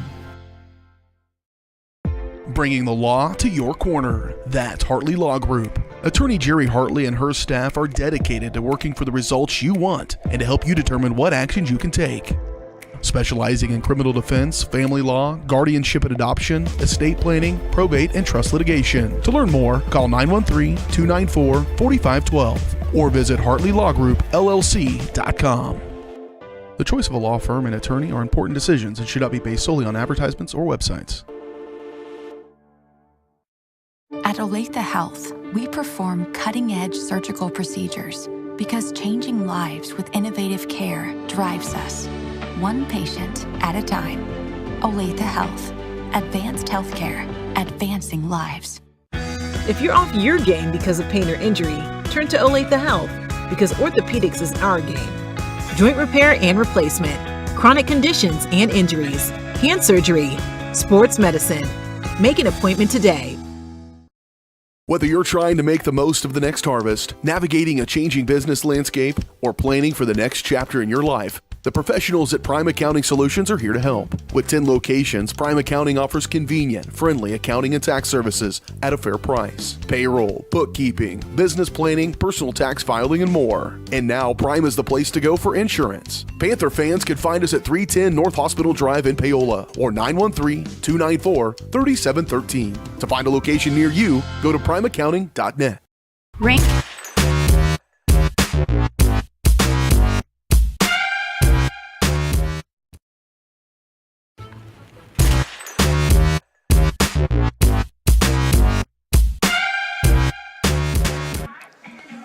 Some technical difficulties here, but we are here on your Rusty Walters halftime show. The halftime show is brought to you by Rusty Walters Farm Bureau Financial Services in Paola. Rusty and his team have been serving Paola and the surrounding area for more than 20 years. As your hometown agent, Farm Bureau Financial Services has the products to protect you with the service and the customer care you've come to expect. Call 913-294-2737 or stop by and see them at 11 South Pearl in Paola. Well, what a half for the Panthers as they have a 20-7 lead here in our ball game over the Braves. And, even though they have that lead, there's been some miscues for the Panthers. It was not a perfect half for sure, but I'm sure Coach Smith, as they're definitely talking about that and talking about the things that they want to fix after that first half, they're also talking a lot about the good things, about the way that the offensive line has really dominated the game up front, as well as they've been able to defensively, outside of that one play, do a really good job as well. Yeah, absolutely. But you know how coaches are. You being yourself one yourself in the past, they're going to look at the bad stuff first. They're going to be like, hey, yeah, you guys put up 20 points, but you also had 2 drives get stopped on 4th down because of our own mistakes. So, like I said, it was a choppy first half. The middle part of the latter part of the first quarter and about a majority of the second quarter, the Panthers' offense was really clicking. Landon Taylor is having himself a game. He's got to be nearing 150 yards on the ground. He's got all 3 touchdowns for the Panthers. And, of course, the defense has given up its big plays. You had the 80-yard strike for the Braves, but that's been the only big explosive play they've had in that first half. The Panther defense, for the most part, has clamped down when they needed to, but there's still a whole nother half yet. But so far, Coach Smith has to be overall pleased from what he's seen, but he's obviously going to be, hey, we can be better. For sure, the Landon Taylor, by my count anyways, has 170 yards on the ground so far. So an incredible first half for Landon Taylor. We'll be back to talk a little bit more about the first half and kind of how we got to this point to 26 right after this on Paola Sports Live and your Rusty Walters Halftime Show.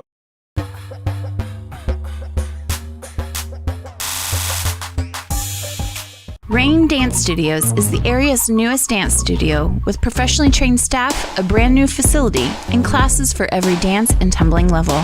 Rain Dance Studios is everything you never knew you needed in a dance family. With an emphasis on customer experience, exquisite dance technique, and dancer confidence, Rain is the dance studio for every aspiring dancer. Come join Spring Hill's premier dance experience and get the royal treatment. Schedule a free 2-week trial by visiting raindancestudios.com.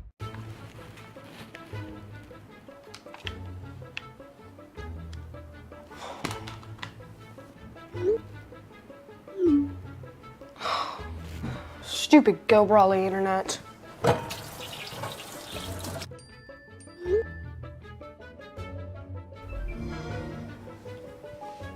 Go Brawly allows you complete control over internet usage for all devices in your home from anywhere, as it should be. Visit GoBrawly.com to learn more.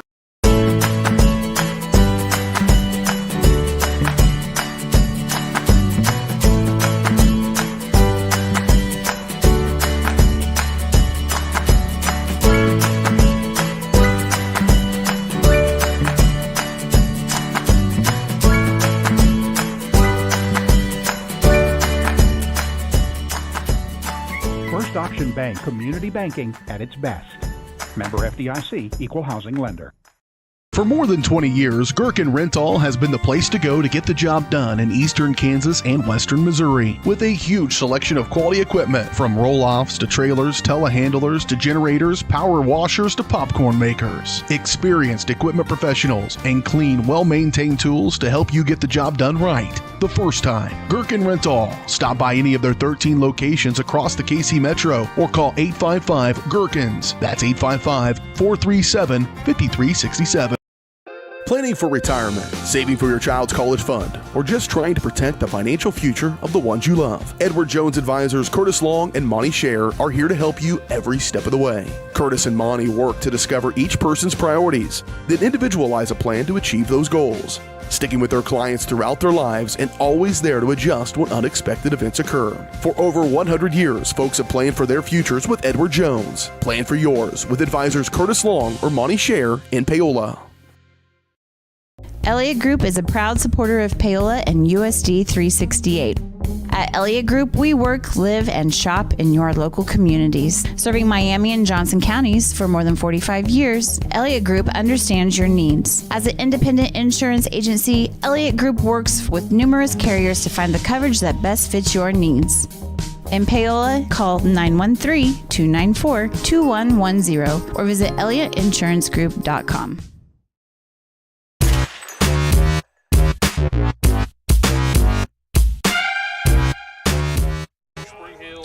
We're back on your Paola Sports Live halftime show. The halftime show is brought to you once again by Rusty Walters Farm Bureau Financial Services. Rusty and his team have been serving Paola and the surrounding area for more than 20 years. As your hometown agent, Farm Bureau Financial Services has the products to protect you with the service and the customer care you've come to expect. Call 913-294-2737 or stop by and see them at 11 South Pearl. Let's go ahead and have a rundown of our first half, a little bit of the scoring plays at least between the two sides. The first drives for both teams were unsuccessful as both had to end up at the first drive for the Braves, they had to punt, and then Paola had great field position to start, had to end up turning that one over on downs. They gave the ball back to the Braves deep in the Braves territory, go 3 and out again, punt the ball away. Panthers were able to then score on a 49-yard touchdown by Landon Taylor on that one. Braves come back after the kickoff, 2 plays later after the kickoff, and have an 80-yard catch and run between Rainey and number 5 on the evening, and that is Kaylin Street for them. And then after that, it kind of went back and forth a couple drives. Paola was able to punch in a 7-yard touchdown run again from Landon Taylor, and then a 17-yard touchdown run from Landon Taylor to bring our score to 20-6. Also, the Braves had a missed 2-point conversion in there as well that brought that, instead of being 7 points, to the 6 points. So there could be something that maybe pays off for them late in the half, or late in the game. The Panthers are hoping it doesn't get close enough to matter, for sure. No, not at all. And, of course, the Panthers will get the ball to start the second half, so they have a chance to make it a 3-score game if they can execute. For the most part, they did execute in that first half. Just a couple drives, bookend drives of that first half ended in turnovers on downs, but they also had 3 pre-snap penalties, including another holding penalty in that first half. So that's something that Coach Smith's going to say, hey, clean that up, boys. We can't have that. Cannot have pre-snap penalties. Can't have stupid penalties that kill drives. And that just happened a couple times in that first half, and the 2 drives that the Panthers weren't able to put points on the board. For sure, and definitely, like we said before, Landon Taylor had a huge half, over 170 yards rushing. Jed Osborne had a good half as well, have a couple completions to Curley on the outside, hit Charlie Zeller with a big 35-yard catch and run on that little pop pass right there in the middle of the field that kind of had a sputtering offense, kind of got them quick started, and then Landon Taylor was able to end that drive with the score. We'll talk about some area scores after this short commercial break here on the Rusty Walters Halftime Show on Paola Sports Live.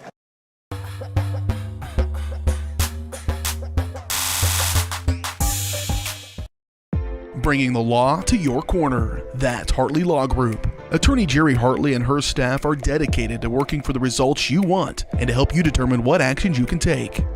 Specializing in criminal defense, family law, guardianship and adoption, estate planning, probate, and trust litigation. To learn more, call 913-294-4512 or visit HartleyLawGroupLLC.com. The choice of a law firm and attorney are important decisions and should not be based solely on advertisements or websites. At Olathe Health, we perform cutting-edge surgical procedures because changing lives with innovative care drives us, one patient at a time. Olathe Health. Advanced healthcare. Advancing lives. If you're off your game because of pain or injury, turn to Olathe Health because orthopedics is our game. Joint repair and replacement, chronic conditions and injuries, hand surgery, sports medicine. Make an appointment today. Hi, I'm Dr. Aaron Stoes with Paola Veterinary Clinic. We'd like to thank you for trusting us with the care of your pets and large animals. At Paola Vet Clinic, we're proud to be your hometown vets who know and care about your family. Coming soon, a new location here in Paola in the industrial park with cattle haul-in and boarding and grooming. With 24-hour emergency services and 3 other locations in Lewisburg, Drexel, and Martin City, and a team of 11 veterinarians, our commitment to this community makes Paola Vet Clinic the vets you can trust. Prime Accounting Solutions in Lewisburg is here to help you and your business grow. From accounting services to tax planning, Prime Accounting is here to help you meet your goals and achieve your dreams. The accountants at Prime Accounting Solutions stay up to date on the latest news and information, ensuring the best options, service, and returns for you. Give Prime Accounting Solutions a call at 913-837-4230. Visit them at 303 South Olive in Lewisburg or go online to primeaccounting.net.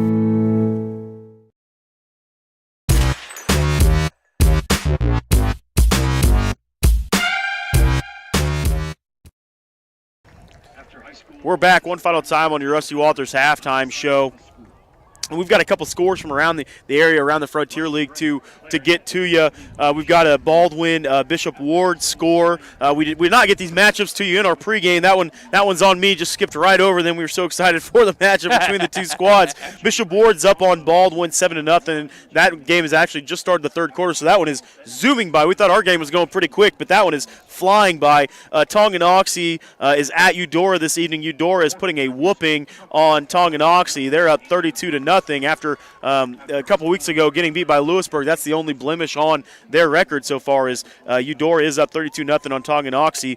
Casey Piper is up 20-0 at halftime on Leavenworth. Lewisburg is up 24-0 at Ottawa this evening, and Spring Hill has a 33-0 lead against Spring Hill this evening. So Fort Scott. My mistake. Against Fort Scott. Holy smokes. Spring Hill is 3-0 on their own self. They're beating themselves. It might be about like that at halftime for sure. A couple other scores from around the area. We've got Blue Valley playing at St. Thomas Aquinas this evening. St. Thomas Aquinas in 4A is up 17-7 on the 6A Blue Valley School. Galena down in one of our other Varsity Sports Live partners down there, they're up 38-0 on St. Mary's Academy. Girard, last look at that. Another partner on Varsity Sports Live is up 13-0 on Anderson County Garnett. And Columbus and Baxter Springs are going at it. Baxter Springs is up 18-13 at halftime in that contest. So that's giving you a couple scores from around the area. As we get more scores coming in, we will give those to you. We'll definitely also give you a final score update at the end of our ball game this evening. But just to keep you updated from around the Frontier League and really keep you updated on the scores, because obviously we want you to be watching this the entire time. Absolutely, but it's also nice to, if you are watching, hey, what's happening in this game? What's happening in this one? Because you want to look at seeding lines. We've got it for you. A couple weeks from now when the playoffs start, so it's like, hey, maybe if Paola wins this game, we can move up a seed line if this team loses or if this team wins. It's fun scoreboard watching, especially when you're nearing the playoff time. It's just fun looking at scores. Say, all right, I'm rooting for this team. I'm rooting for that team to help my team out, and this and that. But of course, object number one is to handle your own business first. Worry about scoreboard later. Exactly, and that's what the Panthers are hoping to do in the second half. Definitely continue that run game, continue that clock going as much as they can. Obviously, they're not trying to wind it down any faster or anything like that, as they're still trying to look into score and everything like that. I know that Coach Smith wants to put up as many points as possible, give this team confidence going into a big matchup next week against Eudora and a Eudora squad that is just putting it on Tonganoxie right now. So they obviously don't want to look ahead to the Braves yet, because we've seen this year the Paola team kind of come out as two different teams at halftime. It's going to be about who squad can make the better adjustments. Absolutely, and that's been a problem for the Panthers, and especially in this 3-game losing streak, is the halftime adjustments just haven't been executed enough. It's just the Panthers have looked so good in the first half of these games, and then they just fall apart in the second half because of poor execution, shooting themselves in the foot. Hopefully that does not happen tonight, and that changes tonight. Of course, the Panthers with that glorious opportunity with the first possession of this second half. Exactly. That's what they gained by being able to defer it in that and then kick off to them start on defense. Defense got started off on a good foot. You kind of steal possessions there. You're able to get that extra possession starting this half here. So it'll be a good opportunity to get back on the scoreboard again, take a 27-6 lead, and really put this thing on ice then the rest of the way and see really how much you can score. Yeah, but of course it won't be officially on ice, but it'll feel that way. It'll feel that way, but as a player and as a coach, your mindset, all right, first half is over. It's 0-0 game, 0-0. Anything could happen. Crazy stuff has happened in high school. We saw it last week. A 14-7 game turned into a 41-20 or 42-21 final score. Just insane amount of scoring. It happens quick in one quarter. As we saw in a couple plays, going 49 yards one play, 2 plays later going 80 yards the other direction. So things can happen quick here in this ball game for sure. And that's going to do it for our halftime show presented by Rusty Walters Farm Bureau Financial Services. Rusty and his team have been serving Paola and the surrounding area for more than 20 years as your hometown Farm Bureau Financial Services. As your hometown agent, Farm Bureau Financial Services has the products to protect you with the service and the customer care you've come to expect. Call 913-294-2737 or stop by and see them at 11 South Pearl in Paola. as we are real close here to the start of our second half, about 16 seconds to kick off here as the two squads are getting their final instructions from coaches. And, I'm sure that Paola's defensive side, obviously happy with so far only giving up the 6 points, but they've had a couple times as well, the Braves especially with their last drive that they had, or 2 drives ago that they had, getting deep into Panther territory, really probably dropping 2 touchdown passes that they had to bring this score even closer. So I'm sure Coach over there was trying to make sure that the defense was good to go, make sure they lock up the running game, and make sure maybe it's only in the passing game, and they had some success being able to blitz a little bit more, bring a little bit of pressure off the edge, get the quarterback moving. As we've seen Rainey do, he is slippery when he's in the pocket and outside the pocket. He can make plays happen, but you'd much rather him try to throw on the run than stay in the pocket. Absolutely. And then a little key factor here is the wind's picked up again. The Panthers are going to go against the wind in this third quarter. They will have the wind in the fourth quarter. That could be pivotal if it gets to that point. And the Braves are getting ready to kick off here to begin our second half. Short kick, short low line drive kick, picked up there by the Panthers, and a huge hit by the Braves. Number 11 on that, Brendan Graham, had a big hit. He had a big catch on the sideline over there on the far sideline in the first half, and a big hit there. But Panthers have pretty good starting field position here, starting at their own 32-yard line. Actually, I say pretty good, about the worst they've had so far, really. And if that's the worst starting field position, your own 32-yard line, you're doing pretty good. You're going to take it every time and twice on Friday nights. That's right. No, very good. Yeah. Very good. I did that there. Very good. Panthers break the huddle. Curly at the top of your screen is the lone receiver. Heavy formation to the left side. Takes a snap, handoff to Landon Taylor. Why not? He was the deep back as he breaks free into the secondary. 40, 30, 20, 15, 10, 5, and it looks like he's going to be just short of the end zone. Oh, my goodness, what a beginning run by Landon Taylor. He's short just at the 1-yard line. Oh, come on. You got to give it to him there. That was so close, but an explosive run by Landon Taylor. Over 200 yards on the ground for Landon Taylor. 67 yards on that run. Just could not quite get the 68th yard.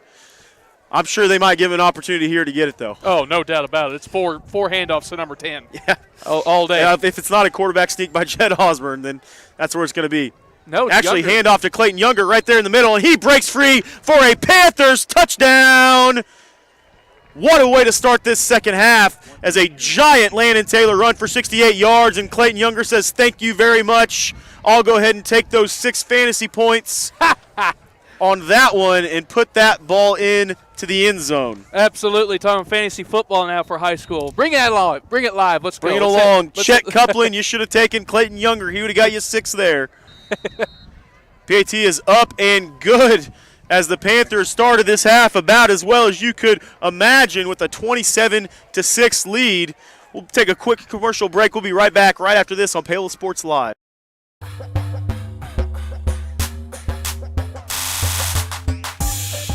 Up your lawn care game at Hers Inc. in Spring Hill. We have one of the area's largest and most diverse selections of lawnmowers, including top brands like Altos, Bobcat, Gravely, Dixie Chopper, and Red Max. Quality built machines for any size job. And when you get your mower at Hers, we offer full service and repairs covered by your warranty. From the backyard to the back 40, the all-star lineup of mowers at Hers will make you the captain of the lawn. See the full lineup at hersinc.net. Call 913-247-3530 or just stop on by.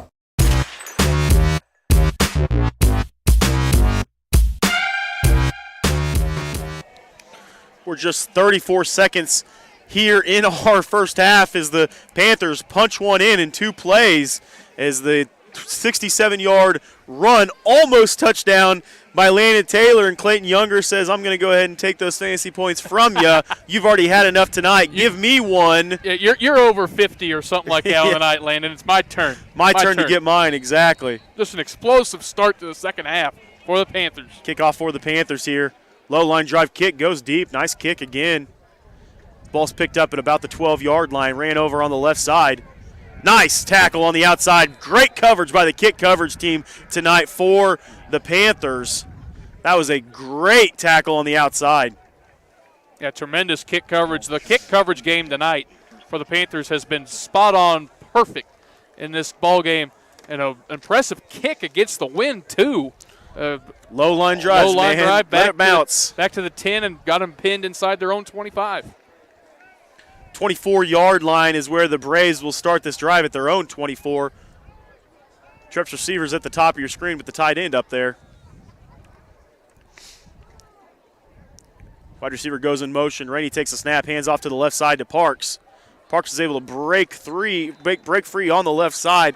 Missed tackle right there in the middle by, I believe, Eli Richmond. It's going to be a gain of 6 yards on first down, so just what the doctor ordered for the Braves as well, starting off with that 6-yard gain. Oh, there's no question. The Braves need a scoring drive here. The Panthers just punched one down your throat in 34 seconds to put you down 3 scores. If you're going to have any chance in this game at all, you have to answer on this drive. Braves go back to the line with a little bit heavier look up front. Twin receivers at the bottom of your screen.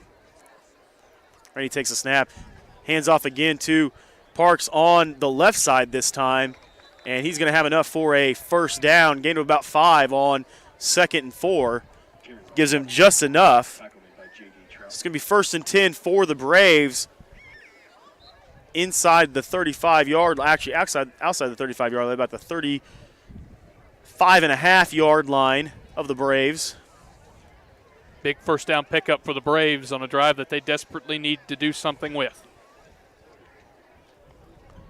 Twin wide receivers at the bottom of your screen, one at the top. Parks to Rainey's right. Takes a snap, hands off again to Parks. Why not? Going to gain only about 3 that time.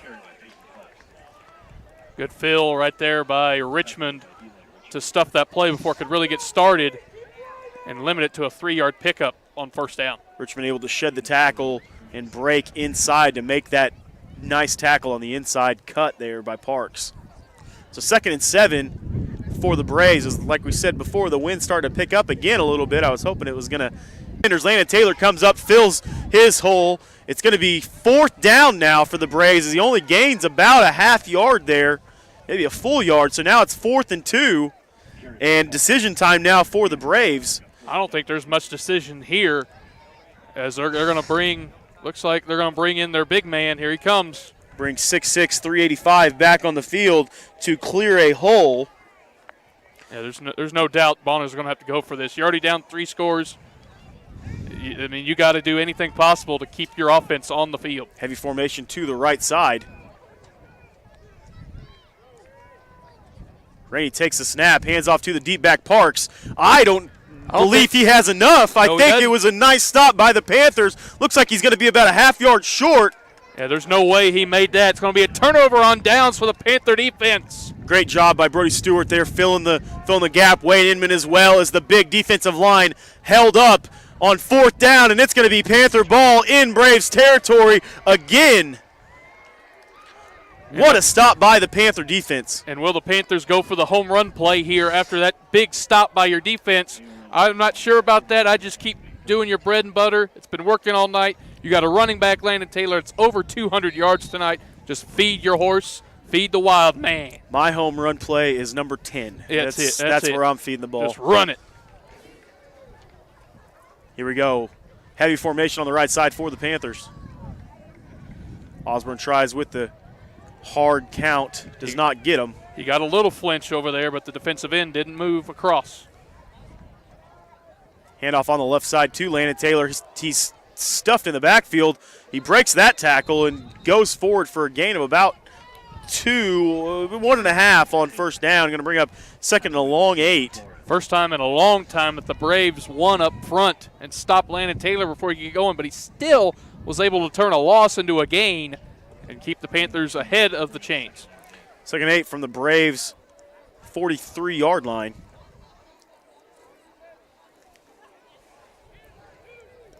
Second and a long 8. It's like 8.5 probably. Hopefully the Panthers make it not matter here. Hands off again to the right side to Landon Taylor. Breaks free as he had a huge hole that was given to him by Clayton Younger. Going to break forward for a gain of about 5. Yeah, tremendous block by Clayton Younger on the edge over here. Really got that play going, but then a good fill And good pursuit by the Bonner Springs Braves and making this a third down play now, third and a long 3. So third and a long 3 here for the Panthers. They've got twin backs in the backfield, Younger and Taylor.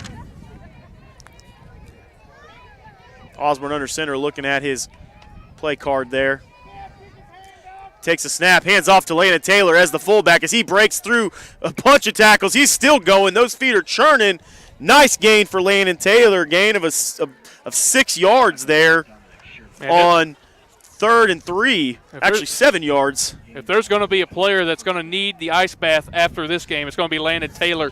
He may finish north of 300 yards on the ground at this pace. Feed the hungry man, and he is hungry this evening.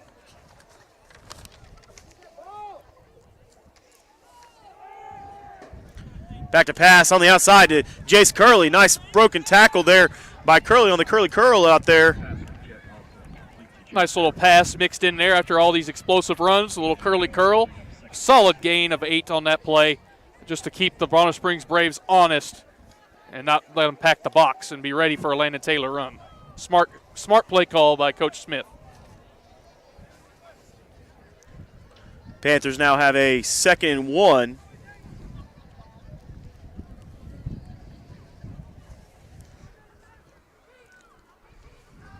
Handoff on the inside to Clayton Younger. Clayton Younger breaks free, breaks a couple tackles, still feet moving, feet are churning. Nice gain there by Clayton Younger. And the big man lost a shoe on that one as he was actually taken to the ground by the Panther offensive line. He has to come out of the game, but it's just the offensive line is just winning up front consistently. Pitch on the outside, and it looks like it's going to be a false start. We're going to take a quick break here as we're going to try to get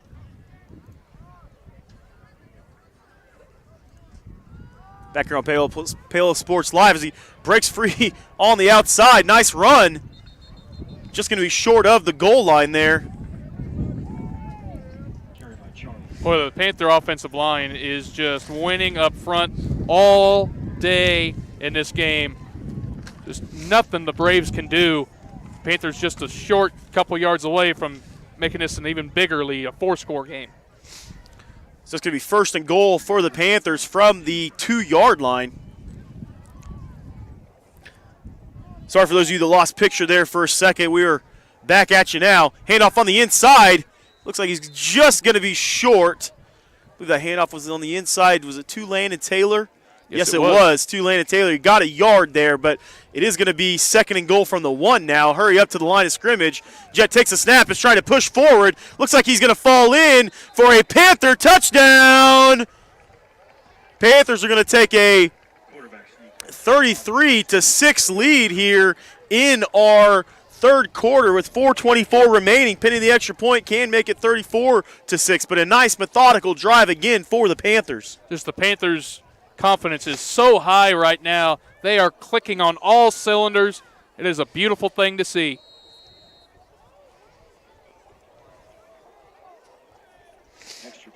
The extra point was good, by the way. Extra point is good. But just a beautiful sight to see for the Panthers. Something they haven't done since week 1 of this season. A big confidence boost going into next week. But this is when the games are fun as a player. The games that you're on the plus side of a whopping blowout, just go out there, have fun. Of course, you don't want to injure anybody. Don't do anything like that. But just go out there, have fun, have some confidence about you, and just continue to have fun all night. That was a nice 1-yard touchdown run there by Jed Osborne as he just pushed forward, as we've seen him do a lot in short yardage territory this year. If it's been a 4th and 1 that they've needed a lot, or a 3rd and 1 that is very short, I say 1, it's really in even inches, and usually on that push they get about 2 or 3 most of the time, and that was easy enough. Just backed his way right into the end zone there, as the Panthers do have a 34-6 lead, as we're just have 4:24 left in our 3rd quarter. Panthers getting ready to kick off here to the Braves. Once again, we apologize. We dropped a little bit of video there. We should be back and live, though, with you Braves catch the ball at the 20-yard line. Bust free right through the middle. Nice tackle as the last line of defense was able to drag the Braves runner down. Parks right at the 40-yard line. That's where the Braves will take over. No doubt the best return of the night for the Bonner Springs Braves, and certainly the best starting field position of the night at their own 40, but they are down 28 points here halfway through this third quarter towards the end of it. Panther defense can pin their ears back and go have fun. Braves need something big to happen, and they need it to happen quick. Rainey has the quarterback again. Parks to his right. Receivers at the top and the bottom of your screen. He takes the snap, looking back to pass, looking for that receiver. Just over the top of Clayton Younger. He was almost there. He's drugged down a couple yards back by Troutman, but it is going to be a gain of 7 on first down. Actually going to be a gain of about 8 yards on first down, so it's going to bring up a 2nd and 2. It's a tremendous tackle out there by J.D. Troutman. Didn't allow the receiver to get away and limit the gain as small as he could. It's still a solid 7-yard pickup on first down for the Braves. Yep, 2nd and 3 here for the Braves at their own 47-yard line.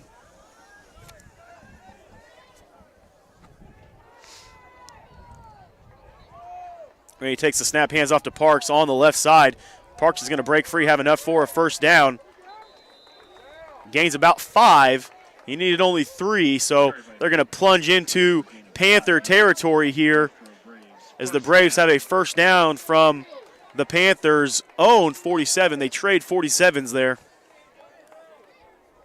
As the Bonner Springs Braves here, you want to have some confidence on this drive. Punch it in and give yourself a morale boost going for the rest of this game, because right now your confidence is certainly low after what the Panthers have done since the first quarter. 2 tight end set here. He takes a snap, hands off to Parks. That is stuffed on the outside there as Eli Richmond did a great job over there on that side. I believe Wade Inman was in on the tackle as well, doing a great job plugging that one up. Brody Stewart. There was a lot of Panthers in on that tackle. Yeah, the whole defensive line was in on that tackle. Good job by the Panthers ends crashing in and making that play go nowhere and making it a minuscule gain at best for the Braves. Gain of 2 for the Braves after there was just a little push there at the end to even get those 2 yards. Break the huddle here. 2 tight end set again. Same formation here for the Braves. Takes the snap, hands off to Parks on the left side. Drove back a little bit there. Inman was able to finally bring him down, but after getting driven back about 3 yards. So it's going to bring up a 3rd and 4 now for the Braves at the Panthers' 41.5-yard line. And this has been the down and distance that has hurt the Braves in this one. These 3rd and 4s, 3rd and 5s. The Panther defense has made some plays on these type of downs. See if the Braves can make a play and keep the drive going. I'd look for them to maybe go to the air here. It's a little bit different formation in the pistol now for the Braves. He takes the snap, hands off to Parks on, actually fakes the handoff, fooled me, looking for his receiver, has his receiver at the 10-yard line, at the 5, and he's going to be just short of the goal line. So nice pitch and catch between the 2 sides, a 40-yard completion there between Rainey. That was a nice pitch and catch between the 2 sides. Yeah, coverage breakdown in the secondary for the Panthers allowed that big explosive play. Now the Braves have a chance to get the ball back in the end zone for the first time in forever since midway through the first quarter to get a morale booster. Rainey with the hard play action there. Even fooled me. I thought he handed off to Parks on the left side, rolled out to the right, found his receiver streaking down the middle of the field. He takes the snap, hands off to Parks this time. Stuffed there in the middle. That's going to be a loss on 1st and goal. Yeah, that was Inman, I think, or Richmond on the far side. No, it was Murdoch. Murdoch pinched that play off immediately, stuffing for running back for a loss. Good play by Murdoch. Braves bring in the heavy formation again, the big 6'6", 385-pound nose tackle. It hasn't been effective yet. See if it's effective on the 3rd try. As it looked like the nose tackle wanted to take the snap there, but I don't think Rainey wanted that very much. Rainey takes the snap, hands off to the deep back Parks. Parks plunges through, and he does have enough for a Braves touchdown. So breaks their touchdown drought from the first quarter going to pull them a little bit closer in this ball game with 33 seconds left in the third quarter. And that's a morale booster for the Braves. They can finally show some life on offense after going so cold for a quarter and a half. And now they're back in the end zone. Panthers defense finally cracks a little bit there, but the Panthers are still in firm control of this game as the Braves are going to go for two once again. Braves going to go for two here, as Caleb just said, down 22 points.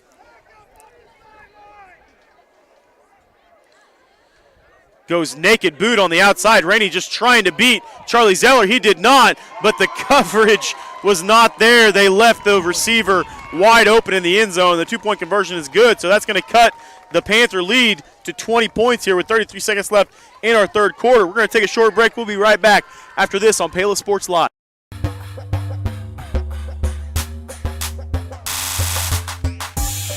Iron Horse Family and Cosmetic Dentistry and Dr. Laura's Orthodontics are committed to providing quality health care for area families. With comprehensive solutions, Iron Horse Dental and Dr. Laura's Orthodontics will listen and take the time to truly understand your needs, goals, and lifestyle. State-of-the-art equipment, techniques, and facilities combined with a new approach to oral care. That's what you get with Iron Horse Family and Cosmetic Dentistry and Dr. Laura's Orthodontics. To learn more, visit them online at drlaurasortho.com or ironhorsedental.com.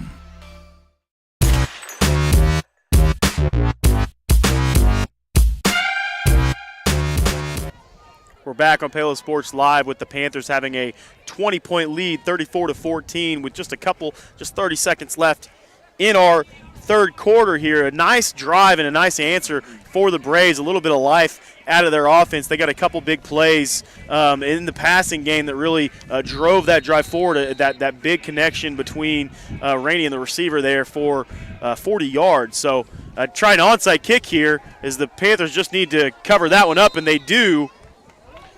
Trying to catch the sides, sneaking a little bit there, trying to catch the Panthers asleep. I expected an onside kick, but I'm not sure what that was. Ball was kicked awfully hard to try to be an onside kick. Just a easy play for Wagerman to pounce on that and fall on it, give the Panthers great field position once again near their own 40. Nice recovery there for the Panthers. So they're going to take over now in their own territory, but a nice field position again at the 37-yard line. This should be the final play of this third quarter.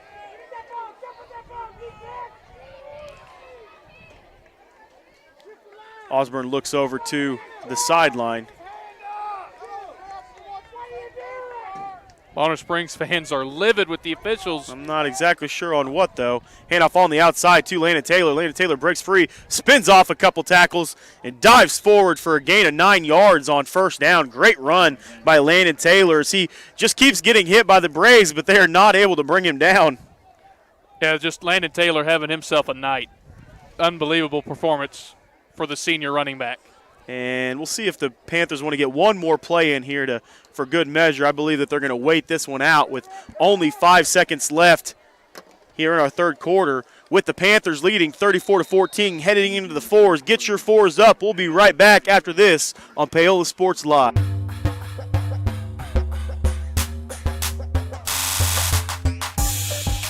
Farm Bureau has been a proud supporter of the Paola Panthers for more than 20 years. At Farm Bureau Financial Services, their number one goal is to protect you and your family.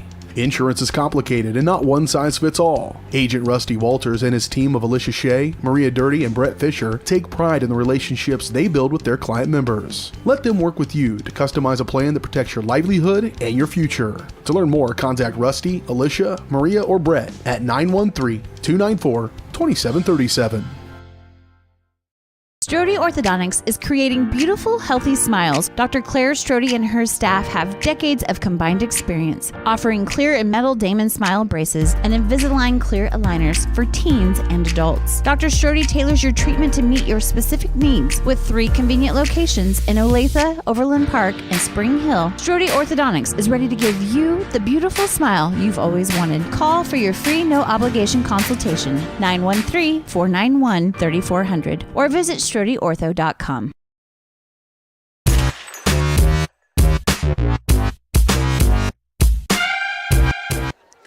We're back here on Paola Sports Live. We've got our fours up. We hope you do at home as well, as the Panthers have a big-time lead. Looking deep for Jace Curley. Finds Curley right down the seam.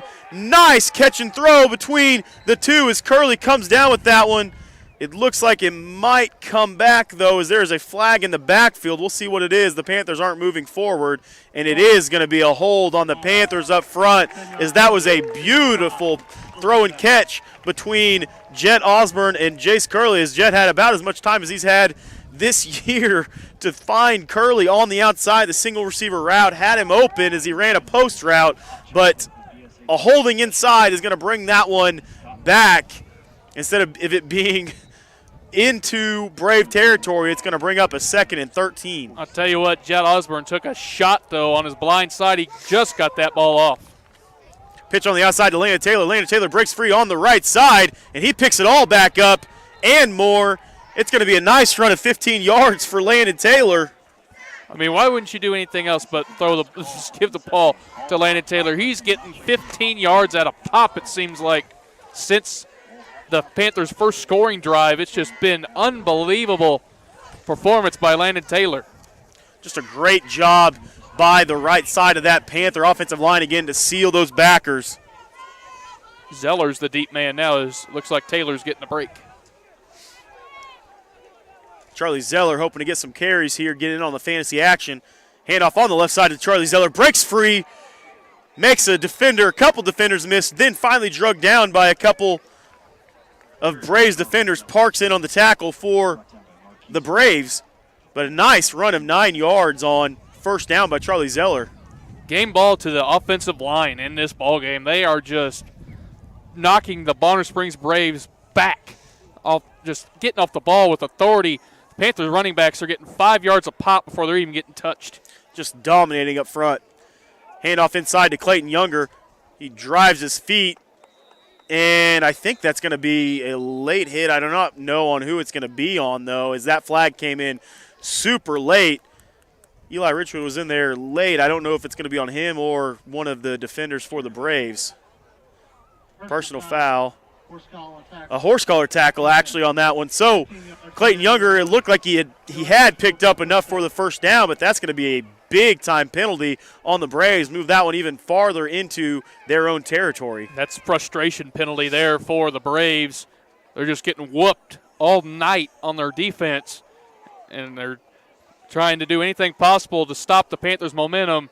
And you see those penalties all the time when you're frustrated, and it just gives the Panthers' offense more life to put more points on the board. And what that comes down to for sure is Clayton Younger just kept his feet moving. Pitch on the outside to Charlie Zeller, trying to find his right blockers on the outside, breaks free for a nice gain of 12 yards on first down. And we might not see Landon Taylor the rest of the night. There's no need. The way this game's going, it might be the rest of the game off for Landon Taylor. He's been sensational tonight, just like the whole team has been for the most part. So a nice pickup on first down there. Again, just moving the chains again as that quick pitch on the right side has worked. Clayton Younger doing a great job as the lead blocker again. And they run it again. Why not? Charlie Zeller again breaks free on the right side. And there's a late flag over there. I don't know what that one is. It might be a block in the back or a blindside block. Yeah, this definitely looks like a foul on the Panthers here. Unless somebody grabbed a face mask or something we couldn't see. We'll get the call from the white hat here. Looks like it's face mask. Yep, so it was a late face mask over there on the sideline. Wow, just again frustration building up for the Braves. Another penalty, and the Panthers are in goal to go. That puts him right outside the 1 yard line. Jet under center takes the snap, hands off to Charlie Zeller. Does not quite get there. Now another late penalty flag. This might be another frustration late penalty flag. It was thrown by the back judge back near the goalpost. It's probably in personal foul territory would be my guess. And it's once again on the Bonner Springs Braves. First illegal blindside block defense. That's a late hit, basically. I think on the defense, kind of came out of nowhere. Just a frustration penalty again that we talked about in that one. I've never heard of a blindside block on the defense, but okay. Okay. That one is interesting. When the center picks up the ball, this one's going to be across the goal line here. Osborne, I think, actually lost that ball. He did lose it. And he did lose that ball on the snap on the center exchange. And so the Braves are going to take over inside their own 1 yard line. It's kind of a disaster play there. As it looked like Jet was just going to push forward there for the touchdown, but he did not get in. And just a colossal mistake by Jet Osborne. Lack of execution there. The officials, though, are getting together here, but they did signal Bonner Springs football, and it is. But just poor execution by Jet Osborne. You got to make sure you get the ball first. And that's devastating there for the Panthers. Braves are going to take over inside their own 1 yard line here, literally right here. So Paola hoping to maybe push them back, get a safety here, but only 9:57 left in our ball game. Heavy formation up front for the Braves. 2 tight ends. Hand off to Parks in the middle. Going to be tackled by the Panthers. He was able to get out. Still gain of about 3 or 4 yards on first down there, about 3. So bring up 2nd and 7. And it gets them off the goal line. Now more room, not much room for the Braves to work with, but more than what they had. They had like 6 inches to work with. Now they got a full 4 yards to work with.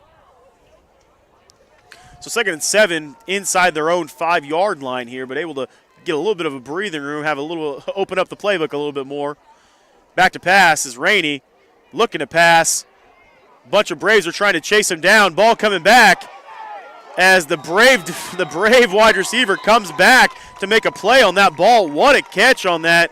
And he just kind of the pass was ruled incomplete, but they are going to get a PI penalty on the Panthers. Oh, he did end up dropping that, but it is going to be a pass interference penalty on J.J. Crawford on the outside as the Brave defender just kind of boxed him out. Crawford tried to come through him to get that ball and was unsuccessful. And now the Braves have all sorts of room to work with, back off the shadow of their own goal line, back out here near the 20-yard line. Just mistakes by the Panthers. The fumble by Osborne basically in the end zone, and then the pass interference penalty gives the Braves some field position to work with. So the Braves now take over just outside the 20-yard line, just inside the 20-yard line, actually. He takes the shotgun snap, looking back to pass again, looking for his receiver, trying to go deep. Makes a couple Panther defenders miss, and he's able to run out of bounds for a gain of 11 yards there, or 12 yards, I believe, on first down. Actually, about 14 yards on first down. So Rainey again outside the pocket is making things happen for the Braves. And just his quick ability to get outside the pocket, avoiding sacks, has gone a long way for the Bonner Springs team in this game, but the Panthers are still in firm control, but anything could happen. The Panthers still need to lock down defensively. Do not give the Braves any more momentum than they have. An interesting breakdown, and something that we haven't seen a whole lot of, is more of Rainey just being able to run the ball in space because he is a dynamic athlete. He's looking deep. He has his receiver. What a ball by Rainey as he's rolling out to his left, finds his receiver coming back across the field as the Braves are going to have the ball inside Panther territory. As Rainey once again breaks contain there on the left side for a long pass completion. What a ball that was indeed. That was 40 yards into the wind. Just a perfectly thrown ball. And here come the Braves. This game is not over just yet. Bryce went on the catch there for the Braves. Twins receivers at the top and the bottom of your screen. He takes the snap, looking back to pass. Why not? Actually trying to cut in the middle of the field. Cuts to the left side. Breaks a couple tackles and goes out of bounds just past the first down yardage. Boy, hello Bonner Springs offense. They have come to life the last 2 times they've had the football, and they're into the red zone after being on their own goal line to start this drive. Kyler Rainey, as he has been the offense here in this quarter and on this drive, something that is really kind of brain scratching to see that they haven't used him more in the offense, as he's been very effective this evening. Really just a couple drops by their receivers has forced them to run the ball a little more, but he's had good success. Handoff now this time on the inside to Parks as Parks breaks free on the left side. Nice gain of 12 there by number 44, Peyton Parks. The Panthers' defense is getting torn apart here. All of a sudden, Bonner Springs has come to life, but is it too little too late for the Braves? They can make this a 2-score game and go for another onside kick, but the Panthers have definitely taken the foot off the gas. 8:36 left in our first half. Not first half, my mistake. Fourth in our quarter. fourth quarter in the ball game. Double tight formation. Rainey takes the snap, fakes the handoff on the outside, trying to get outside contained, makes a guy miss, is going to cut all the way to the other side of the field. Looks like he might have enough to get to the corner of the end zone, and he does for a Brave touchdown. Oh my goodness, Rainey with just some escapability on the outside, and he has some speed. He came all the way from the right side, breaks all the way to the left front pylon, and just gets in for a Braves touchdown, and Rainey made that drive happen. This kid is absolutely insane. A 99 3/4 yard touchdown drive for the Braves, all because of Rainey. This kid's just unbelievable. Now the Braves have plenty of time left, down just 2 scores. Rainey really making things happen on that drive there as they go back to that heavy formation again.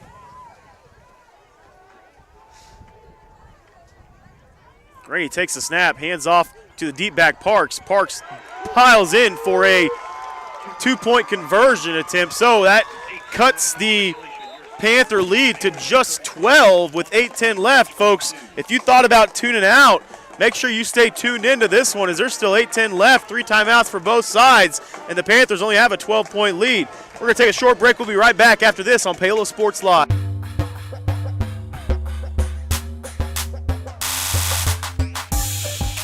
Hers Incorporated in Spring Hill is your area's premier small engine repair shop. Before you replace that faulty trimmer or mower, let our experts get you back to work. And if you are in the market for a new handheld, we carry Maruyama and Red Max trimmers. Plus, Hers is still the best place for hydraulic hoses, cylinder repair, and mechanical control cables. If that's not enough, we're also a UPS drop-off location. To learn more, visit us at hersinc.net, call 913-247-3530, or just stop on by.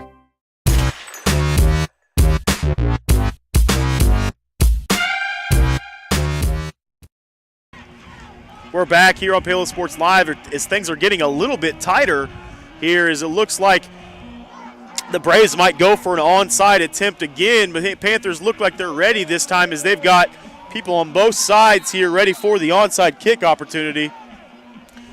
And he's going to kick this one deep, pop it up, and might have had an opportunity, but I believe that they're going to be offsides or not set. Yeah, they were offsides there. And they were going to try to just pop that one up into no man's land, get a nice bounce for them. But it's actually a break for the Braves as that ball bounced out of bounds. Now they get another opportunity at it. They are going to have another opportunity at this, just 5 yards deeper, which for them, they don't really care about that as much. They're just looking to get the ball back. So the kicker now has a little bit better idea, too, has another shot at this. Absolutely, and if you're the up men or the back 2 receivers for the Panthers, I want to creep up just a little bit, not too far. They definitely did. Because he'll kick it over your head. They definitely did. Here's Younger in the outside as he kicks this one deep. He kicks it right to Xander Mining as he just goes down on a knee to get that one. Nice catch by Xander as that ball kind of snuck over to the left side, but Xander was right there to receive it, and that's where the Panthers will take over. And now as the Panther offense, Bonner Springs has the momentum, 16 unanswered points. After going down 34-6, you gave them, you gave up 7 points by having miscue on the goal line. Now you have to be airtight. This series of downs, you cannot give the ball back to the Braves. You just got to go back to your bread and butter and stay confident. As Landon Taylor's back in the game. As Landon Taylor is back in the game, the MVP so far, and the Braves have too many men on the field, so that's a free 5 yards. will take a free 5 yards there as Panthers are now going to have a 1st and 5 opportunity a little bit deeper into, or a little bit closer to Braves territory for about the 39-yard line now, 34-yard line now. And that certainly can't happen right after your defense was huddled up here on the sideline. You can't have 12 guys on the field, and they had it again. They almost did it again. They had it again, but this time they did not throw the flag. Snap was not as close to imminent there, so able to get away with that one. Panthers in a heavy formation here. Taylor has the deep back. Hands off to Taylor. He breaks off to the right side. Oh, man, if Curley could have had one more block, Landon Taylor had loads of room to run. But regardless, it is still a gain of about 7 on 1st down. But Landon Taylor had a lot of room to the outside. The defender out on the outside was able to turn him back inside to everybody else coming in, though. Absolutely. And like you said, if Curley was able to pull up that block, it may have been a house call. Another one for Landon Taylor, as there was nobody out here on the defense, as everybody was on that side of the field, the opposite side of the field. But it is a 1st down pickup. As long as you chew time off the clock, that's all the Panthers want right now. Panthers now have the ball at their own 42-yard line, 1st and 10. Zeller goes in motion, handoff to Landon Taylor. Landon Taylor breaks through the first line. It's drugged forward for a gain of 4.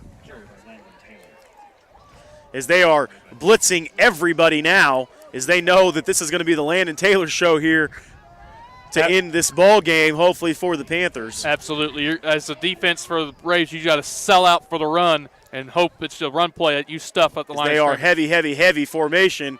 They've got all of their guys. They've got about 10 guys inside of 5 yards here. So it's mano-a-mano. Who's better? Handoff on the outside to Landon Taylor. Is able to drag a couple defenders again, and that weight room work in the summer is paying off for Landon Taylor as he drags forward for a gain of about 5. So 3rd and 1 here, which is exactly what the Panthers want to do. They just want to keep draining that clock, keep running the ball, keep it on the ground. 3rd and short now for the Panthers. Absolutely, and what you're going to do as the Bonner Springs defense, you got 10 guys in the box, and he's still able to get 7 yards on you. Jet trying to get a free 1st down there with the hard count. Nobody jumps, though, on the Braves sideline, on the Braves side of the ball. They are now in Braves territory. Handoff right at the middle to Clayton Younger. Clayton Younger breaks free, bowls over a linebacker. If he didn't grab his ankle, Clayton Younger might have been house call there, as they've got everybody so close to the line. If you break about 2 tackles, there's nobody deep to get you. So far, so good for the Panthers on this drive. Just got to keep moving the ball methodically down the field, waste as much time off that clock as you possibly can. Force Bonner Springs to use their timeouts to try to get the ball back. And when you have a chance to execute and finish, you got to do it. As the legend Hank Strand would say, let's just keep matriculating down the field, boys. That's it. And a trap play on the outside to Landon Taylor. A little bit different look there as Landon Taylor drags people forward for a nice gain of 7 yards on 1st down. Now it's going to be 2nd and 3, so a little bit different variation there. There's an injured Bonner player. Bonner's going to take it, so it's going to be an official timeout here. There's an injured Bonner Springs guy at the 35-yard line. We're going to take a short break here. We'll be right back after this on Paola Sports Live.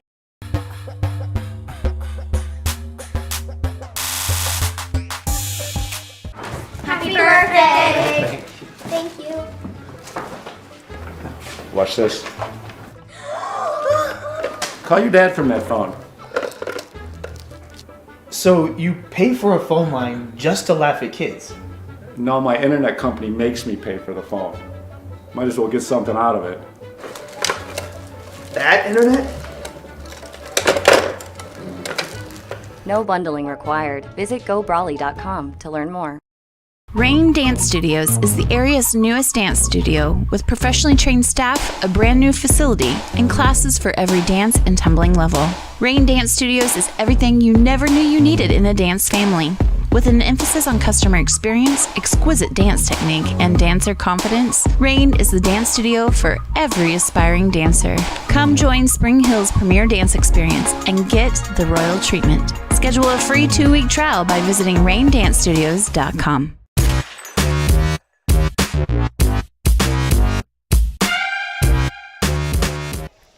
We're back here on Paola Sports Live as the injured Braves defender comes off the field. Looks like that was number 55, I believe. 65. 65, my mistake. Nathan Gandy on that. So he is going to come over here to the sideline, and that clock is going to continue to run as the Braves didn't take a timeout. 2nd and 3 now.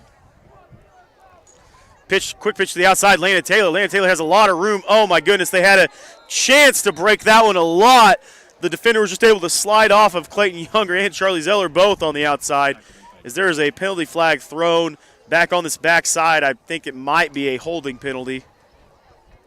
Might be, yep. And it is going to be a holding penalty against the Panthers. So really not what you want here. Is it's going to push the Panthers back to 2nd and 13 territory, kind of really where the Braves want you. Absolutely. The Braves absolutely want this position. And stops the clock. That's it. Stops the clock, saves your timeouts. The Panthers now have to execute. And now the clock will wind again, but the Panthers need to execute now. It's all about ball security now in 2nd and long situations. So the clock is winding, 5:20 left in our ball game. 2nd and long 13 now for the Panthers, as I believe they're going to keep this one on the ground. Hand off to Landon Taylor. Bursts through, dives forward for a gain of 3 yards. I'm surprised Bonner Springs is not using a timeout here. You got the Panthers in 3rd and 10, and you're not using your timeout. That's an interesting decision by the Braves coaching staff. So gain of 3. Now it's going to be 3rd and 10. We're going to call it 10. It's probably 9 3/4. We'll go ahead and call it 10 because that's easier math. So 3rd and 10 for the Panthers now. As I'm sure they're telling them to go ahead and grind every second off of this clock. Absolutely. 8 on the play clock. Zeller in motion, takes a snap, hands off to Landon Taylor. Landon Taylor breaks free. Landon Taylor's free off the 20, 15, 10, 5. Landon Taylor, touchdown, Panthers! As Landon Taylor's able to break free for a 41-yard touchdown run on 3rd and 10 to blow this game open. Give this man a break. Man, 4 touchdowns on the night for Landon Taylor, well over 300 yards on the ground. What a play on 3rd and 10 to put a stamp on this football game. Really great run by Landon Taylor. Once we said before, everybody being up at the line, once you're able to break through that initial push, and as the point after attempt is good, that you are free to the races. And even with this many carries on his body, with this many yards as he run, he still has the energy to push through and get into the end zone for that touchdown. What a great run by Landon Taylor. Unbelievable. This kid has been sensational all year long. Clearly the best playmaker for this Paola team. He is going to be needing of every ice bath known to man as he's taken some hits, but he has persevered. It's his senior year, his second to last regular season game. He wants to go out on a good note. He's certainly making his case tonight. What a game for Landon Taylor. Unbelievable. He's just gotten stronger and stronger and stronger as this game has gone on and waned on, and has a monster game on the ground so far for the Panthers. And what a dagger that is for the Braves. They're at 3rd and 10. They're at 3rd and 10, possibly a chance of getting the football back down 2 scores. And instead, the Panthers are now up 3 scores after that long, explosive run. Kickoff here goes deep for the Panthers. Cuts through the middle of the Panther defense, and that's one thing that you cannot have on the kickoff return is a kickoff return deep. Absolutely. Now good field position for the Braves, but they are down 3 scores now by 19. It's going to take a miracle for the Braves to possibly get back in this, but we've seen the last 2 times the Braves have had the ball on offense. They've gone down and scored, including a 99 3/4 yard drive. 99 3/4 yard drive the last time they had the football. Landon Taylor's got about 326 yards, give or take a couple yards probably there for him on the game so far. Handoff on the inside to Parks. Parks able to break a couple tackles. Finally brought down on the outside by Eli Richmond and a host of Panthers. Good run by Parks there. He was stopped after about a 4-yard pickup. Gets an additional 3 yards because he keeps his feet moving and gets 7 out of that. nice pickup for the Braves, but they need more time more than anything here. That's what they're up against here. Their backs are up against. So I'd expect them to probably go to the air here a little bit as they are taking as much time as they want. I don't know if they believe they are back in this ball game. Back to pass as Rainey takes a snap, goes off his head, is able to get free of a couple defenders. Oh, my goodness, what a catch on the outside by the Braves wide receiver. The wide receivers has made a lot of nice plays outside of the two drop touchdowns over here on this end, on the far end. They've made some really nice catches for Rainey. And not even a fumbled snap can stop this kid. Who is this kid in the second half, this Rainey guy for Bonner Springs? My goodness, elusive. A fumbled snap. He's still able to get outside the pocket and find his receiver down the field for about a 20-yard pickup. He says, there's one of my receivers down there. He's going to make a play. I believe in them. Rainey in shotgun takes a snap. Handoff on the inside to Parks. On the right side, breaks a couple tackles, spins off another tackle, breaks off to the left side as the ref kind of got in his way there. Might have helped the Panther defenders out a little bit as he does run forward for a gain of 12 yards on first down. I tell you what, Coach Weaver is not going to be happy with how this game is ending on his defense. They have really been stifled in the last 3 drives now for Bonner Springs. That Bonner's been able to move up and down the field on the Panther defense. Coach Weaver's not going to have a happy night in that locker room after this game's over. For sure not. They're going to have a long film sessions for sure on the defensive side, especially the second half performance. Rainey in the shotgun, takes a snap, looking back to pass. Breaks the pocket again on the right side. Nobody really getting too much pressure. Is going to go ahead and run. Takes a huge hit there. Got crunched by Eli Richmond and I believe Brody Stewart. And Bonner Springs fans won a targeting penalty there. Unfortunately, there's no targeting in high school, nothing. and that was just a clean tackle right there. I'm not sure why the Bonner Springs fans He initiated that. Rainey initiated that contract. Brody Stewart was just right there. It was a loud crunch between the two. I do believe that helmets hit, but it was incidental contact. So nothing there on that one. No personal fouls there. It's going to be 2nd and 9. Rainey takes the snap from under center. Fakes the pass. He's actually fakes the handoff. Oh, breaks down a couple Panther defenders.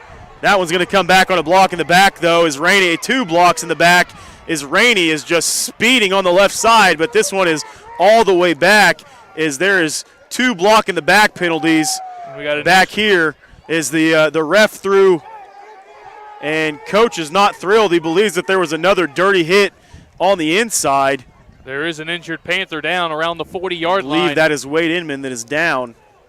Boy, that play was broken down from the get-go, but even with the penalties, Rainey's still able to run about 70, 80 yards sideways to get a first down, but like I said, it's going to be all for naught. It is Inman that's down for the Panthers. Inman does get up, though. Is the back official here? The white hat. He not only threw his flag, the only one he had, but he also went ahead and threw his hat too, because that's all he had left. Is there were 2 block in the back penalties that are going to bring this one all the way back for the Braves. And it's going to be marked off from where the white hat is, which is at midfield. So it's going to be 2nd and about 50, 2nd 40. 40, yeah. My goodness. And Bonner Springs fans are livid with the officials. Those have been 3 penalties. 3 penalties on the Braves. Blindside block, so there were a ton of penalties there on the Panthers. So not only is it going to be like just a 10 yards from that spot, it'd be 15. Yeah, there's 3 separate fouls on the Braves on that play. Wow. It's still a blindside block.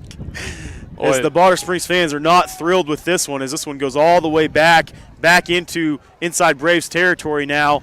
So they will have 2nd and 30-something forever from their own 46-yard line. It's like 2nd and 31, roughly. 2nd, and I don't want to take my socks off to count this one for the Braves. You still don't have enough. I know, there's not going to be enough there. I'm going to need your hands as well, Caleb, to count that one off. Crazy. Rainey back in the shotgun, Parks to his right. Takes a snap, hands off to Parks there in the middle. Parks is able to get to about the 50-yard line, so a gain of 4 yards on second down is still going to make this 3rd and 3 miles. 3rd and Kansas City. Let's call it that. 3rd. It's about as far to downtown as it is from here as it is to the first down marker. You could get to the Sprint Center about the distance that it is here. So I can do this math, okay, where we've got 27. Yep, 27 yards. So we've got 3rd and 27 now.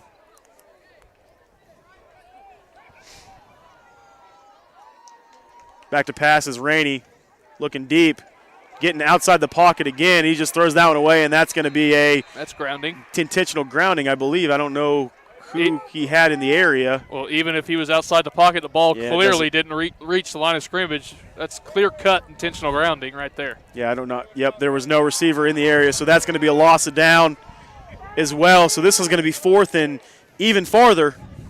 And Bonner Springs fans are just having a field day down below us right now. They're making a lot of loud noises. I'm not sure if I can tell you the loud noises are not.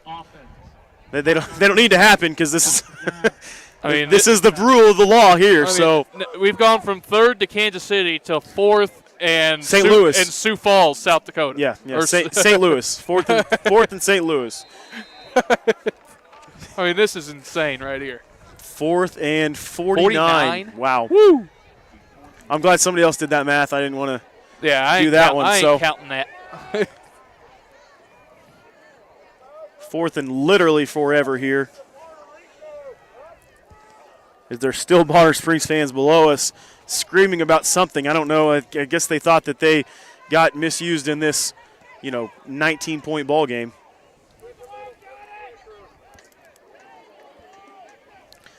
.31 seconds left in our ball game here. Is just hoping to get away with this thing. Ball needs to be turned around, and that one is not going to be caught by anybody.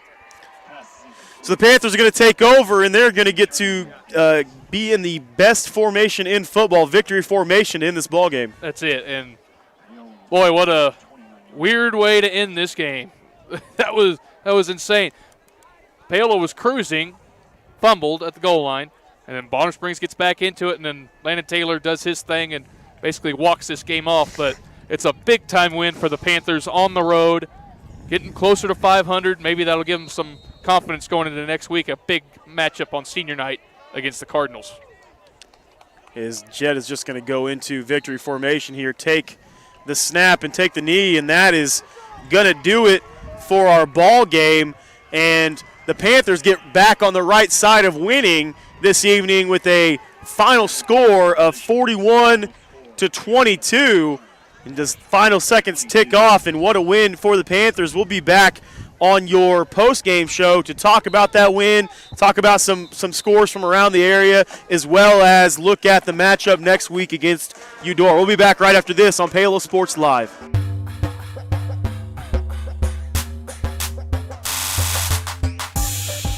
Cardinal Glass in Spring Hill is now hiring. Cardinal Glass is a great place to land, with immediate openings for production technician, starting at $19.01 with a $1 premium for evening hours. Also hiring warehouse and maintenance technicians. Cardinal Glass provides competitive wages and great benefits, including medical, dental, life, health savings, and monthly profit sharing. Call 913-592-6100. Walk-ins are welcome at their facility on North Webster Road in Spring Hill, or visit them online at cardinalcorp.com.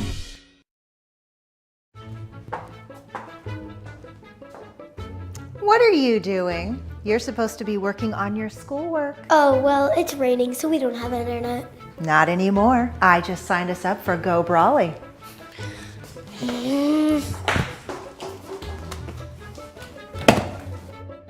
I hate Go Brawley.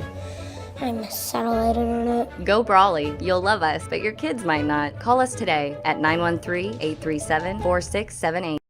Hers Incorporated in Spring Hill is the area's premier small engine repair shop. Before you place that faulty trimmer or mower, bring it to Hers and let their experts get you back to work. Hers also takes care of hydraulic hoses, cylinder reseal, and mechanical control cables, such as push-pull, brake, throttle, and more. Plus, they carry quality equipment like Bobcat mowers, Steiner tractors, grass trimmers, and more. Hers is even a UPS drop-off station. To learn more, Come and visit us at hersinc.net.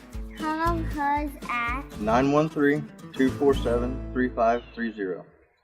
Iron Horse Family and Cosmetic Dentistry and Dr. Laura's Orthodontics are committed to providing quality health care for area families. With comprehensive solutions, Iron Horse Dental and Dr. Laura's Orthodontics will listen and take the time to truly understand your needs, goals, and lifestyle. State-of-the-art equipment, techniques, and facilities combined with a new approach to oral care. That's what you get with Iron Horse Family and Cosmetic Dentistry and Dr. Laura's Orthodontics. To learn more, visit them online at drlaurasortho.com or ironhorsedental.com. Planning for retirement, saving for your child's college fund, or just trying to protect the financial future of the ones you love. Edward Jones advisors Curtis Long and Monty Scher are here to help you every step of the way. Curtis and Monty work to discover each person's priorities, then individualize a plan to achieve those goals, sticking with their clients throughout their lives and always there to adjust when unexpected events occur. For over 100 years, folks have planned for their futures with Edward Jones. Plan for yours with advisors Curtis Long or Monty Scher in Paola.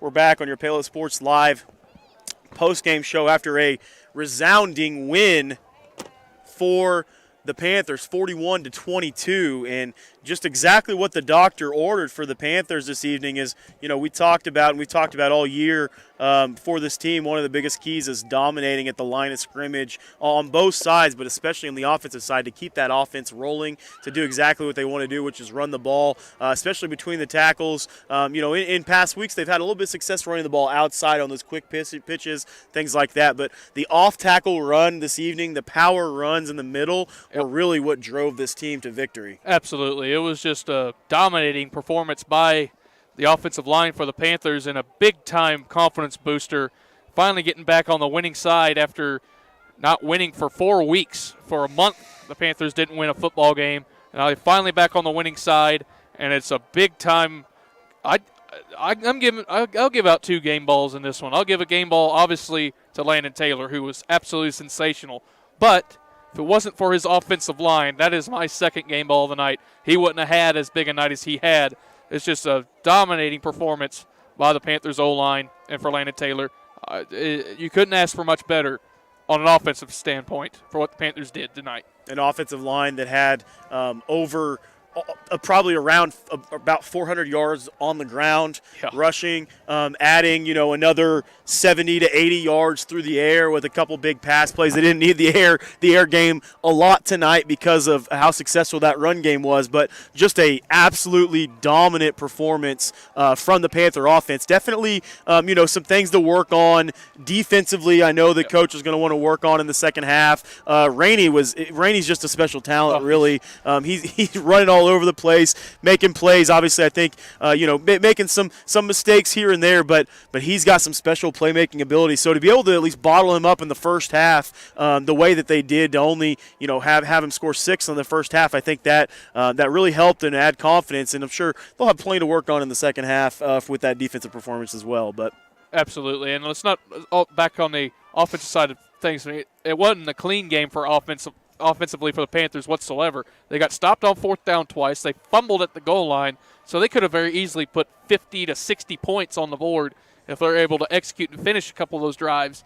But, yeah, defensively, this is probably the biggest shock the Panthers have had all year defensively. They've been normally locked down defense for the most part, but they got shredded through the air, especially in Rainey making some miraculous plays, keeping plays alive that I never thought were possible. Unless it's Patrick Mahomes, but he certainly looked like Patrick Mahomes out there. Couple plays for sure. A few plays tonight, all of them scrambles, keeping plays alive. Just unbelievable, that kid tonight. But, Coach Weaver and Coach Smith are going to get together and say, hey, we need to make some adjustments into next week. We don't want this to happen on our senior night against a very explosive Eudora team, and we'll give you the scores later on how Eudora did tonight against Tongi.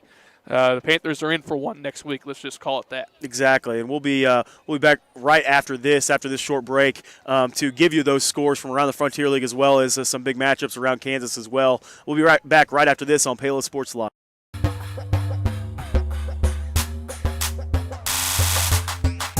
At Olathe Health, we perform cutting-edge surgical procedures because changing lives with innovative care drives us, one patient at a time. Olathe Health. Advanced healthcare. Advancing lives. If you're off your game because of pain or injury, turn to Olathe Health, because orthopedics is our game. Joint repair and replacement, chronic conditions and injuries, hand surgery, sports medicine. Make an appointment today. Prime Accounting Solutions in Lewisburg is here to help you and your business grow. From accounting services to tax planning, Prime Accounting is here to help you meet your goals and achieve your dreams. The accountants at Prime Accounting Solutions stay up to date on the latest news and information, ensuring the best options, service, and returns for you. Give Prime Accounting Solutions a call at 913-837-4230. Visit them at 303 South Olive in Lewisburg or go online to primeaccounting.net. Rain Dance Studios is the area's newest dance studio with professionally trained staff, a brand new facility, and classes for every dance and tumbling level. Rain Dance Studios is everything you never knew you needed in a dance family. With an emphasis on customer experience, exquisite dance technique, and dancer confidence, Rain is the dance studio for every aspiring dancer. Come join Spring Hill's premier dance experience and get the royal treatment. Schedule a free 2-week trial by visiting raindancestudios.com.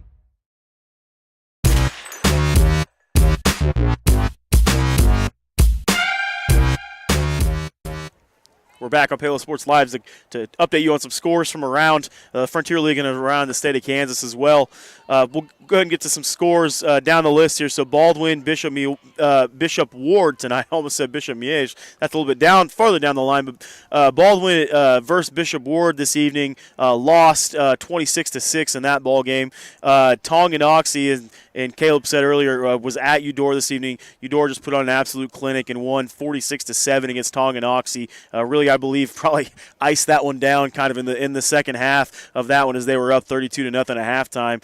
Kansas City Piper won over Leavenworth tonight at Leavenworth, 34-0. Lewisburg was at Ottawa this evening. Lewisburg was up 44-0 in the fourth quarter, so that one is pretty close to wrapping up, and that one is already on ice as well. And then Spring Hill, Fort Scott was at Spring Hill this evening. Spring Hill pulled that one out. I say pulled it out. They won handily in that one, 46-0. A couple other scores from around the area. Blue Valley West was at Bishop Miege this evening. Miege was up 21-0. Last look at that one. And then down in Southeast Kansas and our other Varsity Sports Live channels was Galena versus St. Mary's Academy. They were up 38-0 in that one. Last look, Girard had a final against Anderson County and Garnett. They won 47-7 in that one.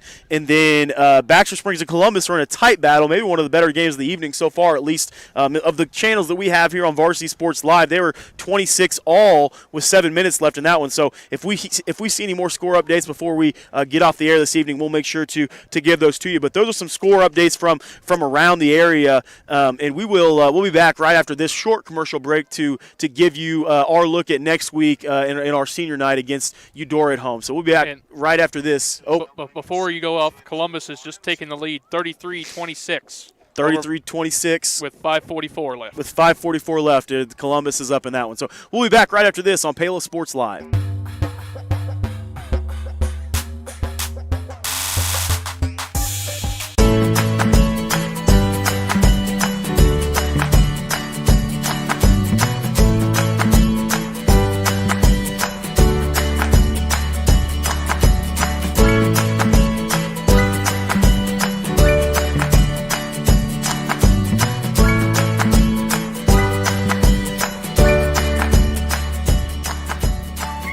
Option Bank Community Banking at its best. Member FDIC, Equal Housing Lender. Iron Horse Family and Cosmetic Dentistry and Dr. Laura's Orthodontics are committed to providing quality health care for area families. With comprehensive solutions, Iron Horse Dental and Dr. Laura's Orthodontics will listen and take the time to truly understand your needs, goals, and lifestyle. State-of-the-art equipment, techniques, and facilities combined with a new approach to oral care. That's what you get with Iron Horse Family and Cosmetic Dentistry and Dr. Laura's Orthodontics. To learn more, visit them online at drlaurasortho.com or ironhorsedental.com.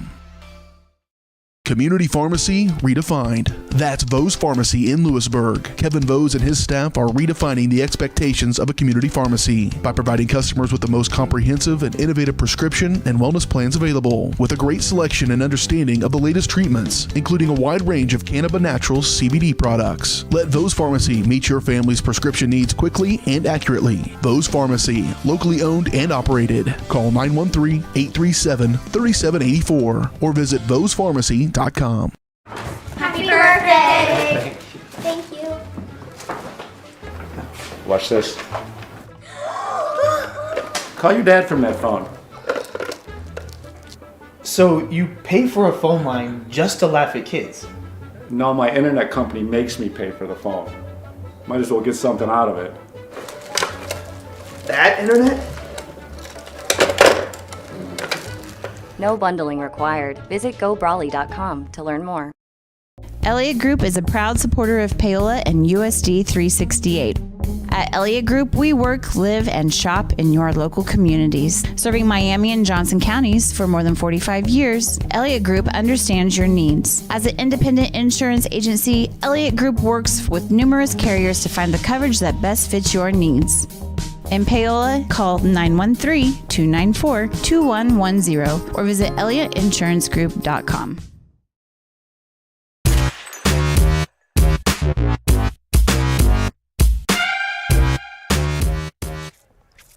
We're back one final time on Paola Sports Live this evening with a Panther victory, 41-22 against a fighting Braves team, especially in the second half here. But we're going to look ahead at next week for the Panthers, the last at least scheduled regular season game. I know that there's one more game. Not really sure who that opponent will be yet, but one more game left, one more home game left for sure, at least with Eudora coming in for senior night for the last at least guaranteed home game for Paola, and a chance to get back to 500 as well, which could be big, which could be really big, looking at those 4A standings and potentially getting back to even maybe being able to host a playoff game and against the Eudora squad that's coming in and with only one blemish on their record, which was an overtime loss at home to Lewisburg in a game that probably should have won, had a couple mistakes in that one. So they're thinking they should be an undefeated team right now. They're looking to put a hurting on and everybody on Paola like they have really everybody else except Lewisburg. Yeah, absolutely. And as the way the standings look right now, the Panthers are in the 11th spot. After they'll jump Ottawa because Ottawa lost tonight. Ottawa falls to 2-5, or falls to 3-5, or 2-5, I think. 2-5. 2-5. Yeah, and Paola's 3-4. So we'd be in the 11th spot right now. It would be a matchup with Baser Linwood if it ended right now. But, of course, not all the games are up to date right now. So that's a big game next Friday night against Eudora. Panthers are definitely up against it. They're going to be a huge underdog, no question about it. Eudora's arguably the best team in the Frontier League, but Lewisburg has that edge on them with that overtime win. But I bet if they play again, I would bet my money that Eudora would win that game. I still think Eudora is a better team than Lewisburg, but it's really close. It's not miles better, but it's certainly Eudora is going to be a big, big challenge for the Panthers. And I've seen upsets happen, but this one would be a huge upset and would completely mix up the 4A standings going into the playoffs the following week. It would give Paola a lot better opportunity going into that final week. But big opportunity next week. They'll have an ability to have some weight off of their shoulders because you're going in with that underdog mentality. You go in a game that you know that everybody's picking Eudora to win. You're playing that underdog mentality the entire week, and so you have that chip on your shoulder, right? Yeah. And Eudora, is going to watch this film, and their number one goal is going to be to shut down Landon Taylor in the way that he ran with over 300 yards on the ground this evening. So it's going to be a good matchup between the two squads. We hope that Paola is able to come out, and I believe that they're going to come out and put their best foot forward. Coaches are going to have them ready to go and amped up and ready on their senior night, and that's always a big night for those group of seniors this year that have meant so much to this team. Kind of been through ups and downs, but an up here, they're hoping to end their senior season on and up at home anyways, and then kind of let fate decide them from that point on. But so that's the next time that we will be live back with you. We've got volleyball action next week as well, as the volleyball team will end their regular season playing against Ottawa at home. So make sure you get out to the gymnasium there in Paola to watch that one, and then even an opportunity to host the Substate Championship, or the Substate, one of the regions in Substate anyways, for the east side of the bracket. Have an opportunity right now sitting in the third spot, I believe, in that. So even an opportunity next Saturday to be at home. So we will give you an update on that next Friday night. Obviously, that's the next time you'll hear us, and that's the next time we'll be live. But that's gonna do it for this evening, folks. We hope that you have a great evening. Thanks so much for joining us. Thanks so much to our sponsors, especially our presenting sponsor, Go Brawley, all of our pregame and postgame sponsors with Elliott Insurance Group, and our halftime sponsor with Rusty Walters, Farm Bureau Financial Services. And we want to thank you so much for joining with us this evening and getting to see a fantastic victory and getting back on the winning side of things for the Paola Panthers. Absolutely. Big weekend coming up for the Chiefs especially. Chiefs and Bills. Should be Sunday night game, but I ain't in charge of that. But it's still going to be on a primetime spot at 3:25. So big game for that. Everybody stay safe. You have a good weekend. Have a good night. You've been watching Panther Athletics on Paola Sports Live. Paola Sports Live is presented by Go Brawley. It just works. Learn more at gobrawley.com. Also by Elliott Group, Hers Incorporated, Iron Horse Family and Cosmetic Dentistry, Dr. Laura's Orthodontics, and Miami County Dance Movement. Thanks for watching, and be sure to catch every second of the action right here on your new home for the Panthers, Paola Sports Live.